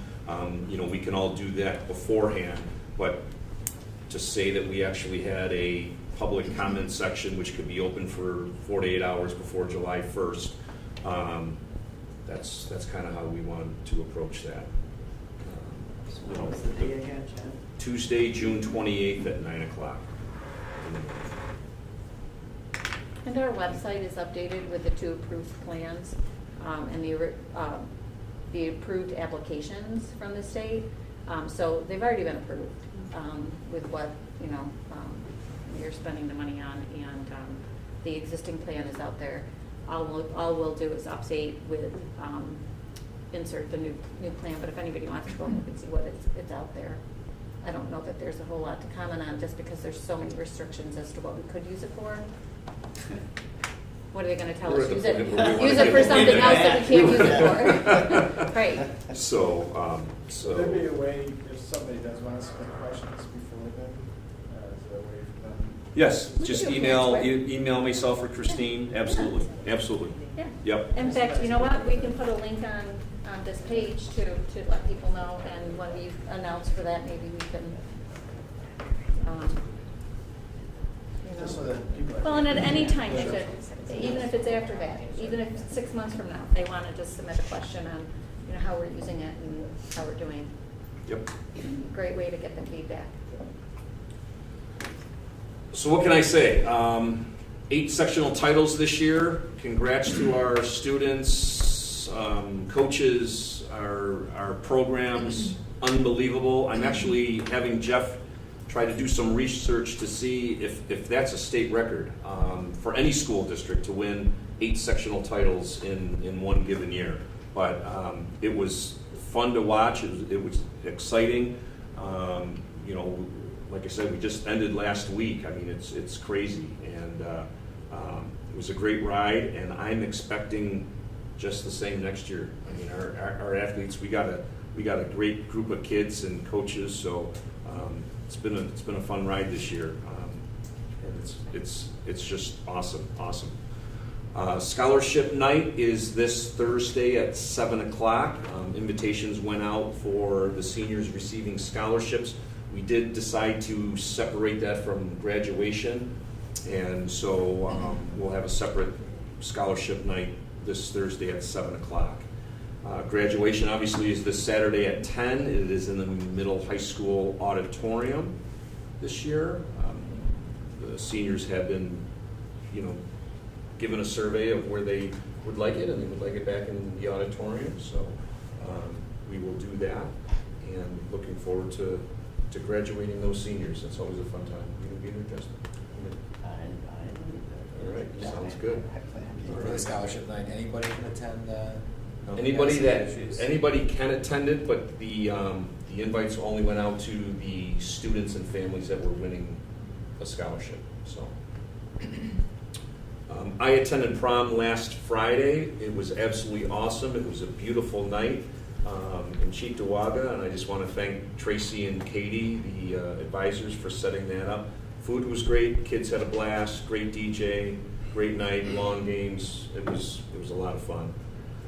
The middle high school field days was today. It was crazy but awesome. I think the teachers are sleeping right now. The weather was just absolutely perfect for it. Again, tons of lawn games and things going on. Competitions between classes. The sophomores won. I believe the sophomores won. Yeah. I did hear that basketball between the juniors and the seniors got a little rough and tumble, but Heated, the juniors won. What's that? It was heated, and the juniors won. Yeah, it was heated, and the juniors beat the seniors, so that's great. The elementary had their Flag Day walkathon. That was outside, and I just want to thank the teachers and the Health and Wellness Committee for setting that up. The kids looked like they had a blast. Really a good time. Like I said, it was perfect weather for all that, so our campus was hopping. It's supposed to be 90 degrees tomorrow, so I declared it a Hawaiian day. So I'll be in my shorts and flip-flops and whatever because it gets hot. We don't really know how these windows are going to work, but it was a little steamy today, and I think it's going to be very steamy tomorrow. Obviously, we are celebrating the Juneteenth holiday next Monday, so there is no school for students and staff, and for the whole district. It's a federal holiday. And I just wanted to let the board know that I did finish my self-evaluation in Super Eval, and I did send it off. So if you take a look, whatever the timeline is over the next few weeks, you'll be able to go in and see my comments, and then obviously, fill out your evaluation on me, and then we can discuss that. So I'm looking forward to all of your feedback. And then, administrators, you have anything else to add? Yeah. So most recently, GB BOCES has decided to move Mount Morris campus to Dansville, which we know Mount Morris was pretty south, Dansville a little more south, which is disheartening to hear students could be that far away. In addition to that, agencies are starting to close down parts of their programs because of staffing. Students are being put on wait lists because of staffing, and we're having to look further and further out for placements. What's really hard is those really, really young students who parents are putting on buses, traveling an hour bus ride, can't really communicate well, health needs, things like that. And then the fear of, what if my child gets sick at school and I have to drive an hour to go pick them up, and they're 5 years old and things like that. So we're seeing that across all districts. The chairpersons are expressing concerns of we need to find placements for kindergarten students. Parents don't want their kids that far away. So brought the idea to the team to open a 611 here potentially that would be housed at the elementary building. What's nice is we do have a student that's will be a kindergartner that would need a different type of placement. And really looking in Genesee County, there's really, really not much there. So we'd be able to keep our own student here and we'd be able to help neighboring districts. So there's districts like Pembroke, Leroy, Attica, Wyoming, and then also Byron Virgin that have some students they're looking for placements for. So I put an email out to the group to see who would be interested in sending students to our school to be able to provide services here. In doing that, it would entail us hiring a teacher, a teacher's aide. I would also like to look at hiring a behavior specialist that could really work more in depth with those students, and then some of our other students with developing FBAs and behavior plans and training teachers and being in the classrooms and helping with the behavioral approach to things and having that focus on the classroom. In having districts send their students here, we would be charging tuition, so that would offset the cost of hiring a teacher, the behavior specialist, and the aide. So looking at options there, right now we're just getting districts to send us student profiles to see what kind of direction we want to go in and what it would really entail for us to provide the services adequately. Really excited about the thought of it. I think we have a really good team here, and then adding those other supports in, we could really, really serve the students well and thoroughly. That as they grow, they can either continue in our program or we can see them going back to district. I think, and getting them here at a young age, I think having something more north and central, we would have students that would be sent here that we'd really be able to help and be closer to home. It's incredible. Pretty solid idea. Yeah. Fully on board. There's a lot of truth to that. There is a heck of a wait time for any kid to get in at any grade level into an environment that may be appropriate for their learning needs or behavioral needs. And if we can do it in-house and we have the space, and not that we would make major financial gains on this move, but to pick up a behavior interventionist would be fantastic. I mean, a lot of school districts have two school psychologists. We have really one. And I think that a behavior interventionist would help to decrease some of the burden that our school psychologist is currently under. I would say that, give this a go, but I think Orleans County and other local counties would be very interested in this model and be quite interested in the availability of seats. I do believe that. I don't know what we have for availability, but it is. Jen mentioned this the other day. I was on my way out, but it was really exciting. It's a great idea. So thank you. Yeah, no, we really look forward to the opportunity to be able to do it, and I think, it'll take some legwork to get it going, but Lynn and I are ready for a challenge. Time frame on the possibility of, would it? I know it's September. Yeah, school year. I mean, is Yeah. that I think realistic? that that's important, and Yes. I think that when you sit in those meetings, which I do, and you have to tell a parent that your child is probably going on a school bus next year for 45 minutes one way, if they can even accommodate them, if they even stay open, it is an awful conversation to have. Or they have to be in a placement where their behavior can't be managed, and it has Correct. It's not a good match. pretty big impact on the learning that's occurring around them as well. That's right. Because forcing a child into a situation where they're being set up for failure because there's no other options, this is an option, and it's right here. It's incredible. Right. Great idea. So we're either a good duo or we're going to be considered in trouble together. These ideas. So far, so good. But having watched some of our kiddos that have struggled in the past and having to send them to Mount Morris, which is a phenomenal facility, and you'll get to meet our counterpart here in a minute, but that's a long drive. And our philosophy, my philosophy, I think Michelle matches me, is they're our kids first, and we need to do everything we can to keep our kids here in our community and be successful here. And when we send them so far away, we lose touch with that, and that's really difficult. So we'll be able to provide supports K to 12 with this option, because we'll have a 611, we'll have our 1211s, our 1511s. So we'll be able to provide the supports for all of our students for the first time since I've been here, which is pretty exciting. Is there any pushback by GVAC at all? Is that I don't mean pushback, but what, I'm Sorry, Dan. No, I don't mean to put you on He the spot. abstains. But No. it's. I mean, in the end, the best placement for the students is in their home communities and with their peers. And everything you're saying is true, is like, there's a number of students that are, you know, on the IEP and it's growing, and to the point where like Monroe 1 and Monroe 2 classes are closing and not letting any outside districts come in.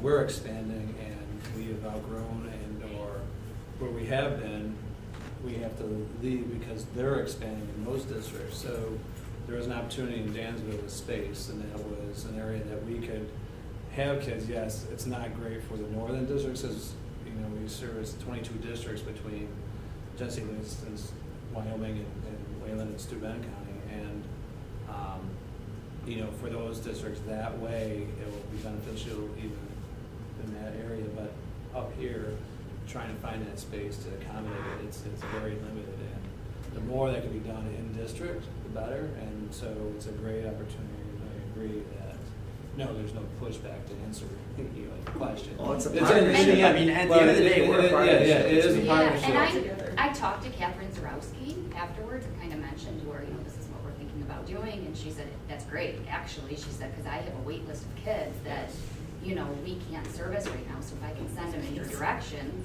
she would. So she said, actually, this is the type of partnership she's been looking for, so. And any assistance or help that we can provide will assist too, you know, in starting it up. And you know, there's tons of experience. And years ago, I was involved heavily with that too. And yeah, it's great. It's a good one. Mm-hmm. If you run a program like this where you're allowing outside districts to push in, can we prioritize our kids? Like, I'd hate to see us have this program and say, oh no, you gotta go on a wait list because we have, you know, 20 kids coming from another. Oh, yeah, no, absolutely, our kids will be prioritized, yeah. Well, it's not like these needs just arise. We see these needs from a mile away, and it's not like all of a sudden one day, oh, I think a kid may benefit from this situation. It's something that there's some lead up time too that we would be able to say this is a sequence job. My good news is the color run was a big success. Shout out to Stephanie and Melissa for hosting that. They did an awesome job. There were some conflicts but the prom, but we made it work. We had a huge turnout. And then I want to congratulate my band and chorus when they went to the Darien Lake Festival. Our band came in, I think, fourth by missing it by points for third, and had an extremely high score. And not having really had bands in a while, and really trying to build a brand new program, I wanted to shout that group out and celebrate them for all their dedication.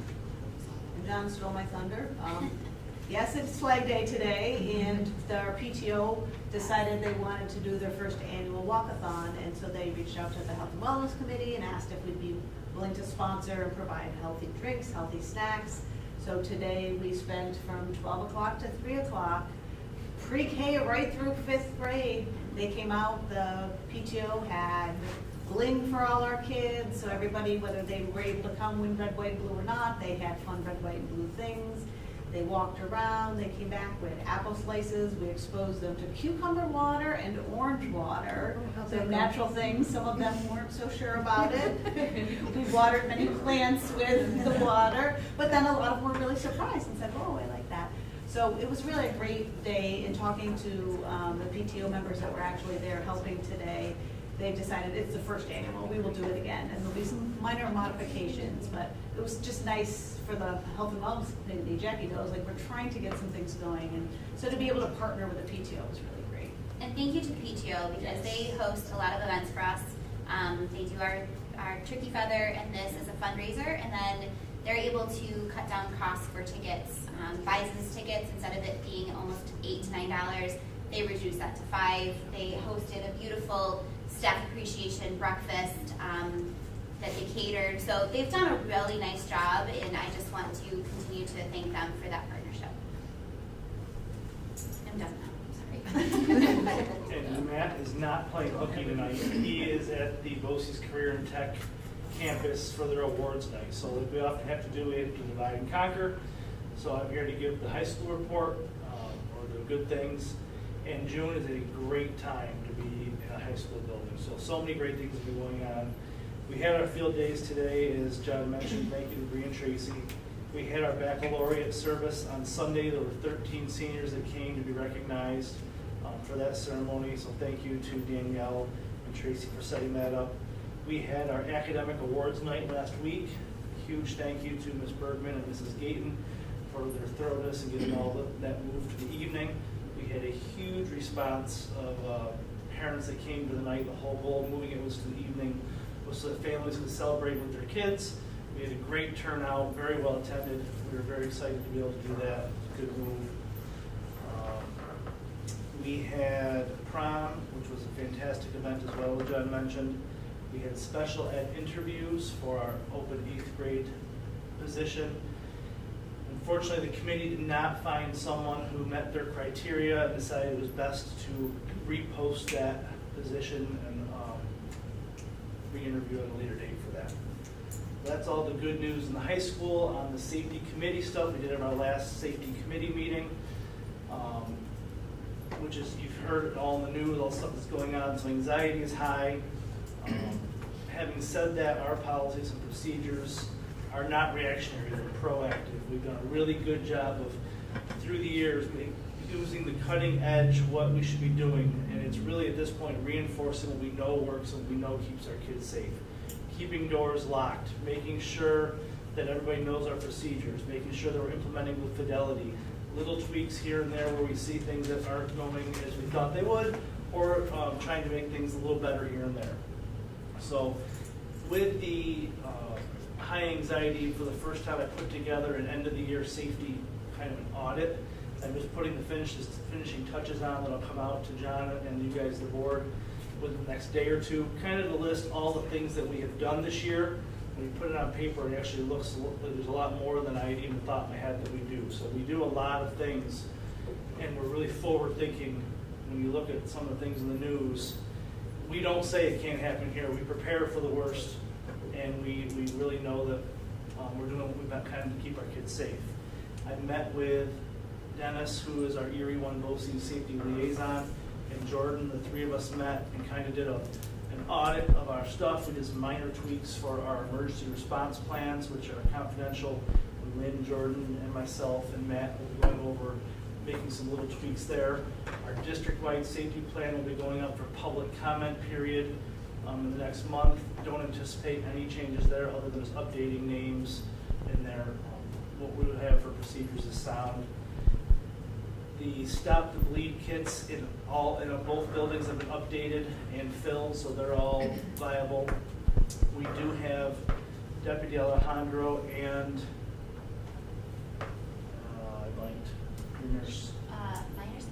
Lindsay. I think Lindsay Cuddy are going to get trained to be Stop the Bleed trainers.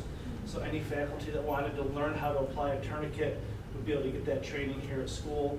And even if it's not for a school event, if you're in a car accident and someone needs to have a tourniquet applied, it can be a life-saving skill just for life. So we have them on the walls in the Stop the Bleed kits, and then we're going to be able to provide that training hopefully next year.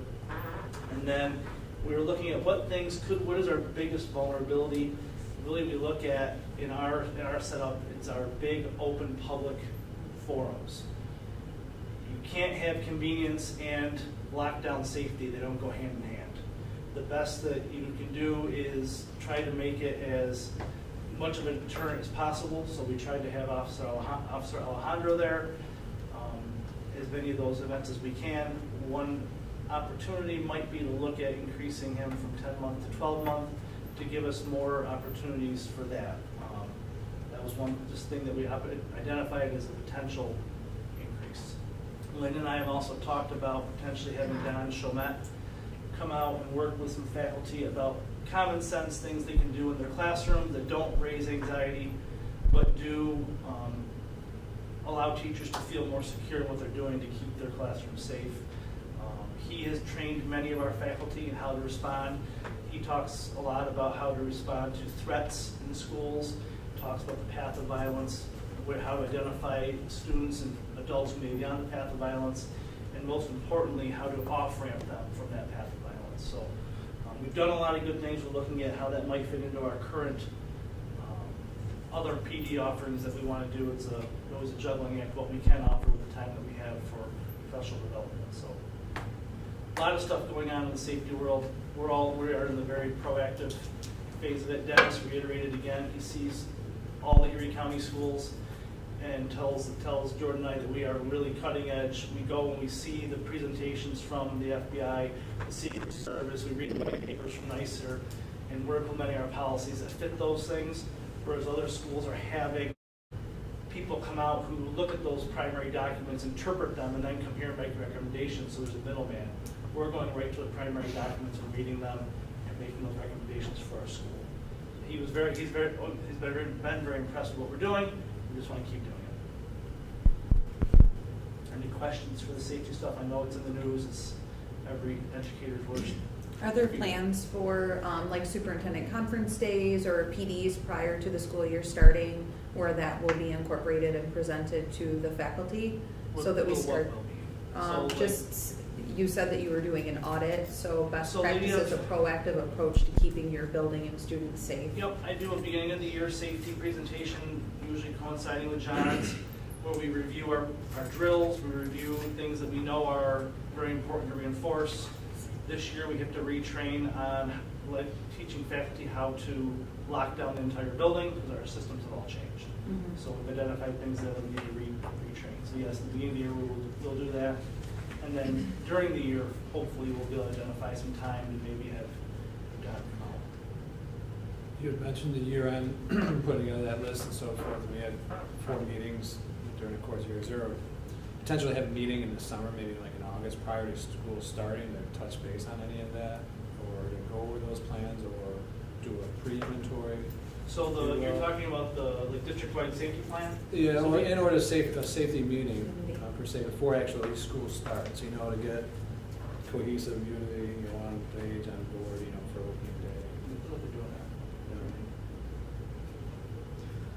that. Officer Alejandro, the last time he presented, was talking about crisis intervention and the access of the sister, I believe sisters from the Buffalo Police Department. I thought that was an interesting avenue. And he's actually pitched the TAM team, which is the Threat Assessment Management team, to the Genesee County Sheriff as a proposal. So we'd be partnering, not just for schools, that's for every local agency, whether it's an employer, an educator, anyone who works with the public would be involved in that team.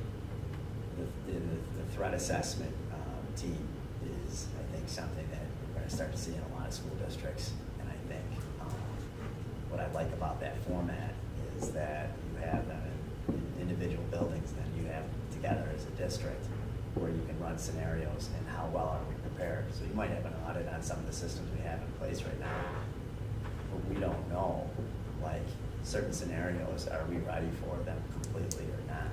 I think a threat assessment team that he's referring to would really then put us at that next level.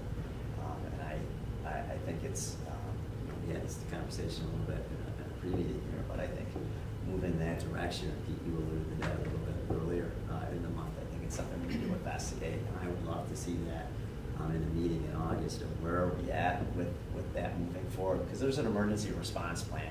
It's like a 19 to 21 page document that every school district has, right? And we've been completing those for years and years. So as far as there's 2 plans. The emergency response plan is the confidential one that isn't public. The district-wide safety plan one is the one that's on our website, and that's the one that we publicly review, and that the safety team would discuss and make any changes there on that one. But those are very prescribed situations and scenarios, correct, for the most part. And I think when we start to look at this threat assessment team or crisis intervention team or whatever you'd like to call it, if we ever go in that direction, would kind of open that doorway up to a multitude of situations that we would be better prepared for. And I think that's the direction that I'd like to investigate further down the road.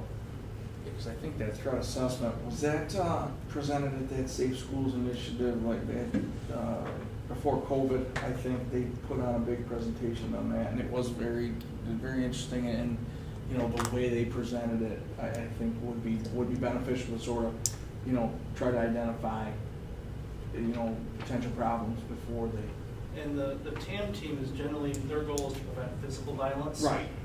Yeah, you identified almost And I just actors before they. went to a juvenile justice planning committee, which is every agency that works with students. And Ben Dennis was very interested in that concept and what can we do as a county to pull together our resources to assess these threats when we hear them. So there is talk at the county level about those same things. Unfortunately, I think it's a direction that we have to continue to pursue and make sure that we're where we need to be at. Because unfortunately, there's no predicting. I think having an outside resource come in as well with fresh eyes, someone who's not walking these halls every single day overlooking things is also a very valuable resource to have, just to come through, do an audit, just things that we could very easily miss. Yep. And they would be able to provide that, correct? I know another piece that I think we need to look at for next year is, I know it's hard to get everybody through the trainings and stuff, but our substitute teachers might be missing some of this as well. So for every onboard for a substitute teacher goes through me, and I sit down and go through all 4 of the drills with our flip safety chart, what they need to do for each one of them, why, how to respond, and I give them those same materials, so they take them with them when they go. They can review them before coming in and then have them with them. If the alarm was off or they hear an announcement for one of our drills, they can go through the sheets right there. So Right. there's a cheat sheet, there's the flip chart, so we do that onboarding. I guess, even though, all of our staff actually gets to run through that drill a couple of times a year, to where obviously it's hard to say, hey, all the subs have to be here on this day to go through a drill, but there's one thing about reading through a book and saying this is what I'm gonna do as far as actually going through the motions and that as well, that I know it's not an easy task to try to put together, but it is something that, every day you don't know who's in the building, they are basically on our staff that might be, hopefully they're never put in that situation, but it's one of those things of just running through the motions of getting that chance to actually be part of that.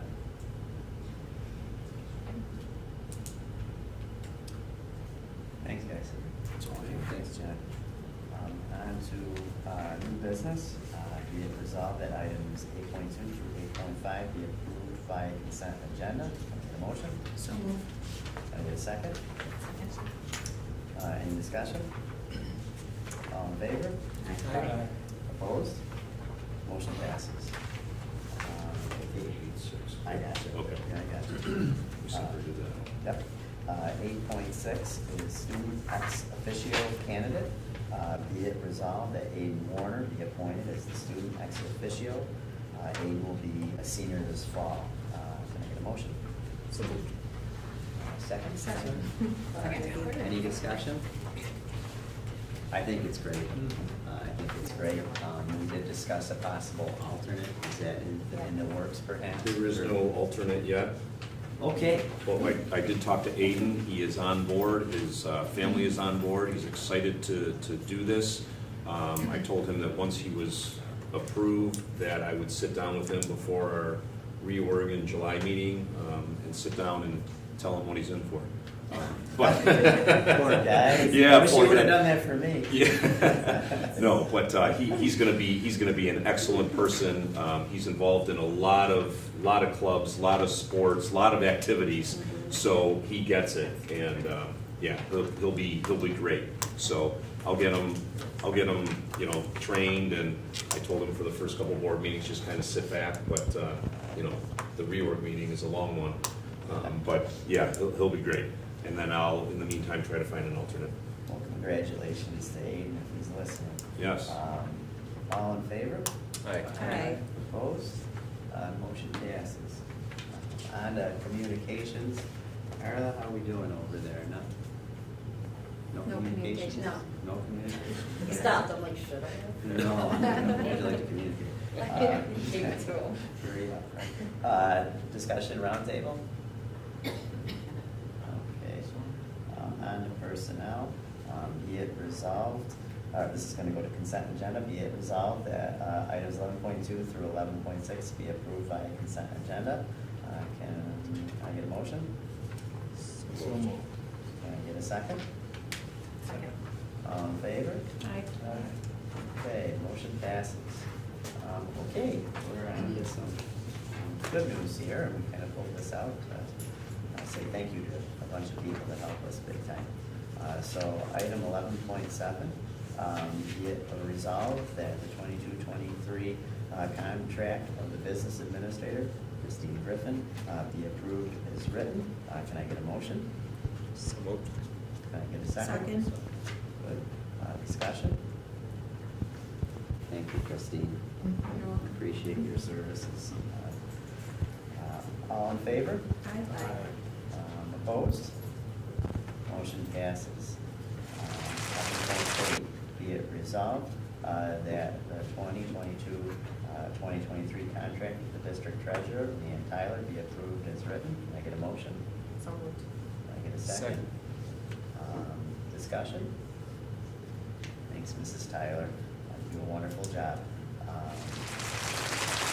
All in favor? Aye. Opposed?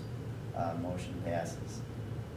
11.9, district, or financial clerk, be it resolved that 2022-2023 contract with the principal financial clerk, Stacy Valletta, be approved as written. Can I get a motion? So moved. Can I get a second? Discussion? Thanks again, Stacy, for your services. All in favor? Aye. Opposed? Motion passes. Secretary of Superintendent. 11.10. Be it resolved that the 2022-2023 contract of the Secretary to the Superintendent, Carla Cole, be approved as written. So moved. Can I get Second. and discussion? Carla, Aye. keep it up. Thank you so much. I love your minutes. And your seconds and all your hours and You the days bolted that we over spend there. together. Yeah, I'm sorry, Carla. I'm maintaining focus here as best as I can.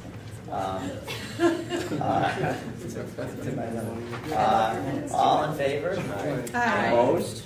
Motion passes. 11.11, be it resolved that the 2022-2023 contract of the Coordinator of Transportation, Mr. Joshua Luxon, be approved as written. Can I get a motion? Can I get a second? Second. Discussion? Keep trucking, Josh. All in favor? Opposed? Motion passes. Okay, 11.12, be it resolved, the 2022-2023 contract of the Director of Facilities, Jordan Yeager, be approved as written. Can I get a motion? So moved. Can I get a second? Second. Discussion? Thank you, Jordan. All in favor? Opposed? Motion passes. Be it resolved, 11.13, IT System Support Manager and Super Manager. Be it resolved that the 2022-2023 contract of the IT System Support Manager, Richard Anderson, be approved as written. Can I get a motion? So moved. Second? Second. Discussion? Richard? All in favor? Opposed? Motion passes. 11.14, summer buildings and grounds appointments. Be it resolved that the following student summer workers be approved effective July 5th, 2020 through September 2nd, 2022. I should read them off, shouldn't I? Mhm. This would only be Sabrina Oliver, Rebecca Crosley, Cody Stanley, Gabriel Hudson, Chad Olson, Logan O'Hare, Sean Tripp, and Kenny Klein Jr. Can I get a motion? Second? Discussion? All in favor? Aye. Opposed? Motion passes. All right. 11.15, appointment summer bus cleaner. Be it resolved that the Board of Education approve Bruce Chet to the appointment of summer bus cleaner. Can I get a motion? So moved. Can I get a second? Second. Any discussion? All in favor? Aye. Opposed? Motion passes. 11.16, elementary special education teacher. Be it resolved, the Board of Education approve the reappointment of Hillary Ruckdashel. Got it. I went on a field trip with her, and she kept asking me, what's my name? The whole time, the whole bus ride, it was very uncomfortable after a while. To the position of .5 elementary special education education teacher. Can I get a motion? So moved. Can I get a second? Second. Yep, we got the second there. I think Jackie got that one. Any discussion? I'm sorry. No discussion other than she does a great job. Thank you, Hillary. All in favor? Aye. Opposed? Motion passes. 1117, long-term sub. Be it resolved, no, wait a second. Yep, I got it, sorry. There's a lot. Be it resolved that the Board of Education approve the appointment of Jack Thomas as a long-term sub for William Snyder, social studies teacher, effective September 1st, 2022 through June 23rd, 2023. Can I get a motion? So moved. Second. You got it. Any discussion? All in favor? Aye. Opposed? Motion passes. 1118, special education teacher. Be it resolved that the Board of Education approve the appointment of Courtney Post to a 3-year probationary position, elementary special education teacher, effective September 1st, 2022, and ending September 1st, 2025. Can I get a motion? So moved. Second. Discussion? Well, Such a Courtney good- comes to us. okay. Oh, sorry. We'll get it, hold on, you're almost. Okay. All in favor? No. No, she's, yep. Aye. Hey. All in favor? Aye. Opposed? Motion passes. Now let's hear about the wonderful. So Courtney comes to us from Mount Morris, BOCES. She has some fantastic past experiences to bring to the table. I think she's going to be wonderful for our elementary 1211, grades 1, 2, and 3 teacher. And she has the bonus of therapy dog, Franklin, too. Mm-hmm. So we're very excited to have her. Such a good one.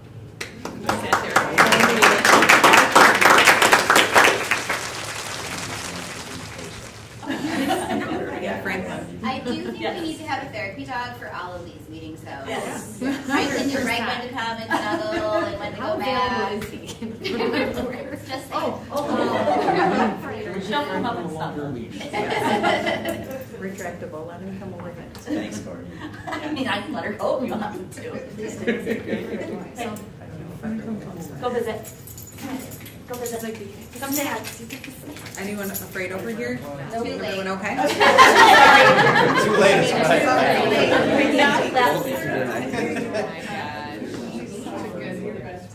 Franklin is a certified facility therapist. She gets a little bit of a higher title than therapy dogs. What's the title? Facility service dog. So she is an actual service dog that can go into buildings, can go on field trips, she can do it. Can we get a hornet pen for the college? Yeah, can we get a hornet collar for her? We need to get a hornet collar. Not just She loves bandanas as well. All right, 1119, appointment of a fax teacher. Be it resolved that the Board of Education approve the appointment of Dawn Fisher to a 3-year probationary position of family and consumer science teacher, effective July 1st, 2022, and ending September 1st, 2025. Can I get a motion? So we'll just make a note of the administrative contact in there. Yep, please, yep. An addendum to this motion. Please note, starting date to be July 1st, 2022, as she is working 20 days over the summer to reset the classroom. However, her probationary period will be starting on that September 1st, 2022, running through September 1st, 2025. So we have a motion. Still good? Can I get a second? Second. Any discussion? All in favor? Aye. Welcome.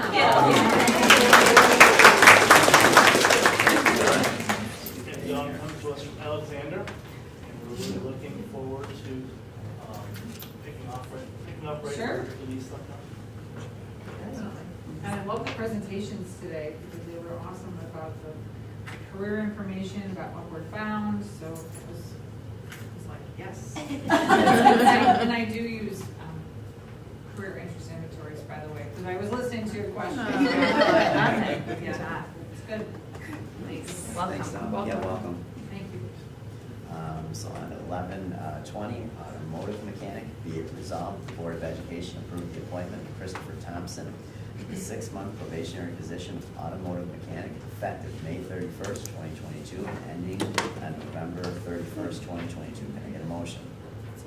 Thank you. Second? Second. Any discussion? All in favor? Opposed? Motion passes. 11/21. Be it resolved, the Board of Education approved the salary adjustment of Eric Negrasio based on the hiring of a new automotive mechanic for the remainder of the 2021-22 school year effective May 31st, 2022. Can we get a motion? So moved. Second? Any discussion? All in favor? Aye. Opposed? Motion passes. Resignation. 11/22. Be it resolved, the Board of Education accept the resignation of Daniel Irick effective June 24th. Can I get a motion? So moved. Second? Second. Discussion? What if we don't approve it? Yeah, what if we say no? I have always thought that. Can we keep Like, what are you gonna do, not approve it? Yeah, she's gonna leave anyway illegally, and arrest her. I suggested that they buy a house in Oakfield, but it didn't fly, so. Yeah, she's gonna be sorely missed. She's a rock star. Thank you, Danielle. All in favor? Aye. Opposed? Motion passes. Do not believe that we're entering into executive session tonight, so it goes on to closing remarks. Pete, how about we start with you today, sir? Seems like a million years ago COVID happened. With just the way the school year is ending, like it's like we can just roll into next year. Like I feel like we finally, the first time that I've been on the school board that we haven't had to deal with COVID stuff, and it's just been dealing with, we're now talking to the counselors, and I feel like we're doing things the school board is supposed to do finally, so it feels refreshing. Thank you to all of our administration teachers for this year, finishing it out. Looking forward to next year. So, I should have caught it during the roundtable, but the open swim discussion. Yeah, so we just kind of put open swim on a little bit of a delay. It's been, obviously, it's been a crazy end of the month. Lifeguards have been short. We are trying to provide 2 because of the popularity of it, and it's very hard.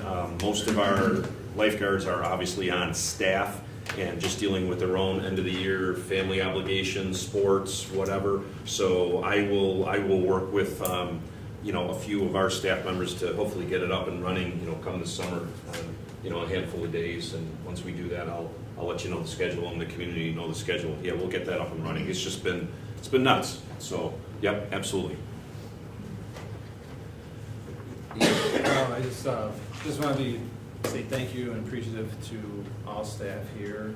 It's been a great year, starting with the mask on and, getting the mask off and all the trials and tribulations we've gone through in the past 2 years, but this year with, just everybody, all teachers, aides, assistants, cafeteria workers for all that they put in over the time and the summers and handing out meals, the custodial staff and the grounds look great. It's great things that happen here. And, academically with the Saturday program and all the other presentations we had during the course of the year, and I just very appreciative. It's great. It's great to see, and I just want to say thank you. Have a great summer to everybody. Get some rest and enjoy it. See you. Jeff? I want to say congratulate everybody. Knows I'm a sports guy. I appreciate everything that everybody does, but 8 sectional titles in a year I think is unprecedented, and I want to say congratulations to all the kids, coaches, families, community members, you know, the youth programs have started a good chunk of all those programs, and we pass them off to some quality coaches, and then they continue what they're doing. So congratulations to everybody that was involved in all that, and hopefully we keep it rolling for years to come. Thanks, John. Corinne? Yeah, I'll echo everything that's already been said. The 8 blocks is, do we have enough room? Do we need a new trophy case somewhere? We still got money left. I think it's worth looking into. So, yeah, right? Yeah. So that's truly incredible. Thank you to just everybody that works in all of the buildings, whether it's the elementary, the high school, building grounds, transportation. I think it's important that we remember those really low lows so that we can appreciate where we're heading. I hope everyone has a super safe and healthy and fun summer. Music Fest was absolutely incredible. I was there, I chaperoned, had no idea what I was getting into. Kendra was there, she can attest. Holy moly. Our band was so big that they were finding chairs from other tents to allow our children to sit. We had by far the biggest band, and I think that's a testament to Holly Hudson and just the excitement that she's building here with our band program. It was truly incredible. The color run was awesome. The Living Museum, that's my first time experiencing that. That was super great. The kids were really into character. For those of you who didn't make it, the kids adopted a person that they wanted to represent, and they had a sticker on their hand, and they literally went to sleep, and when you came by and pushed the sticker like a button, they came to life and they gave their spiel, and then they went back to sleep afterwards. It was very cool to see that. And then I also just want to give a quick shout out. I have a 5th grader who's going to be going up to the middle school next year, and she had a lot of anxieties in the beginning of the year, but there was a lot of thought and effort put into that transition process and helping them to see the building up here and just become comfortable. They were able to talk to students. The combination locks are always, that's a big one. So I thought that you guys did a great job with that process, and thank you for that. Congratulations to the athletes and the graduates. I'm sure a lot of work's going into the graduation on Saturday. I'm sure that'll go great. We attended the word ceremony last week. That was great. Another one this Thursday, which I'm sure will be a lot of fun and success. So have a good summer, and thank you for everything. Thanks, man. Yeah, it's nice to see the campus just flourishing with activity, and after school, it's with the sports, with field days, with everything going on, awards nights and this and that, and it's so good to see, just like Dan said, refreshing to just be functioning and operating and talking about raising our bar and excelling, and start to have these conversations of getting back to okay, let's get this district, at the best we can be. Let's get every child the best they can be, and I think it's great, and the accomplishments we're seeing already. I mean, I'm going into my 2nd grader playing and picking out musics and instruments and starting this. I mean, that stuff hasn't happened, and because of COVID, but we also haven't had that level. So now we have those experiences that our kids are getting, and I think we're just flourishing, and it's really nice to see. So thank you to everybody putting all that together, because it's really good stuff. And congrats to all the seniors graduating, the teachers, the proms, everything. It's great. It's exciting. So. Thanks, Jamie. I'm going to keep it really short. It's crazy to look at the yearbook that just came out on next Saturday, putting that together. Successful representation of who our seniors are this year. But when you look at that yearbook, it seemed like a quick year, but a lot of that yearbook has masks on, and now we don't. And I think that, like all of you are saying here, is a great transformation and a transition from what was to what is going to be and what is right now. And I continuously hear about Oakfield when I'm out and about. I love it. I've got a student that's going to be coming here from Kendall and was talking about Mrs. Hudson. 3rd grade student. So that's crazy to me. I'm on the playground today. A kid came up to me and said that they were going to be in band. and they knew Mrs. Hudson. So as small as that sounds, it's huge. And I'm very thankful for the work, Mrs. Bergman. Thank you so much for everything that you've put together, not just with the award ceremonies, but taking the time to do it outside of the school day. It's acknowledged and appreciated. Sometimes, historically speaking, we really love to hang on to history and tradition, and sometimes it needs to be adjusted based on the needs of our population. So I know that wasn't an easy task to pull off, but we appreciate the effort that you put in and anybody else that was involved in it. And the people behind the scenes that we don't get to thank enough really are making these days, these moments that we don't forget. I haven't forgotten from my graduation day a long time ago to these kids that are going to happen in a couple of days. So thank you. Have a great summer, and I look forward to another great year with this board as well. I appreciate the conversations, not just tonight, but this year.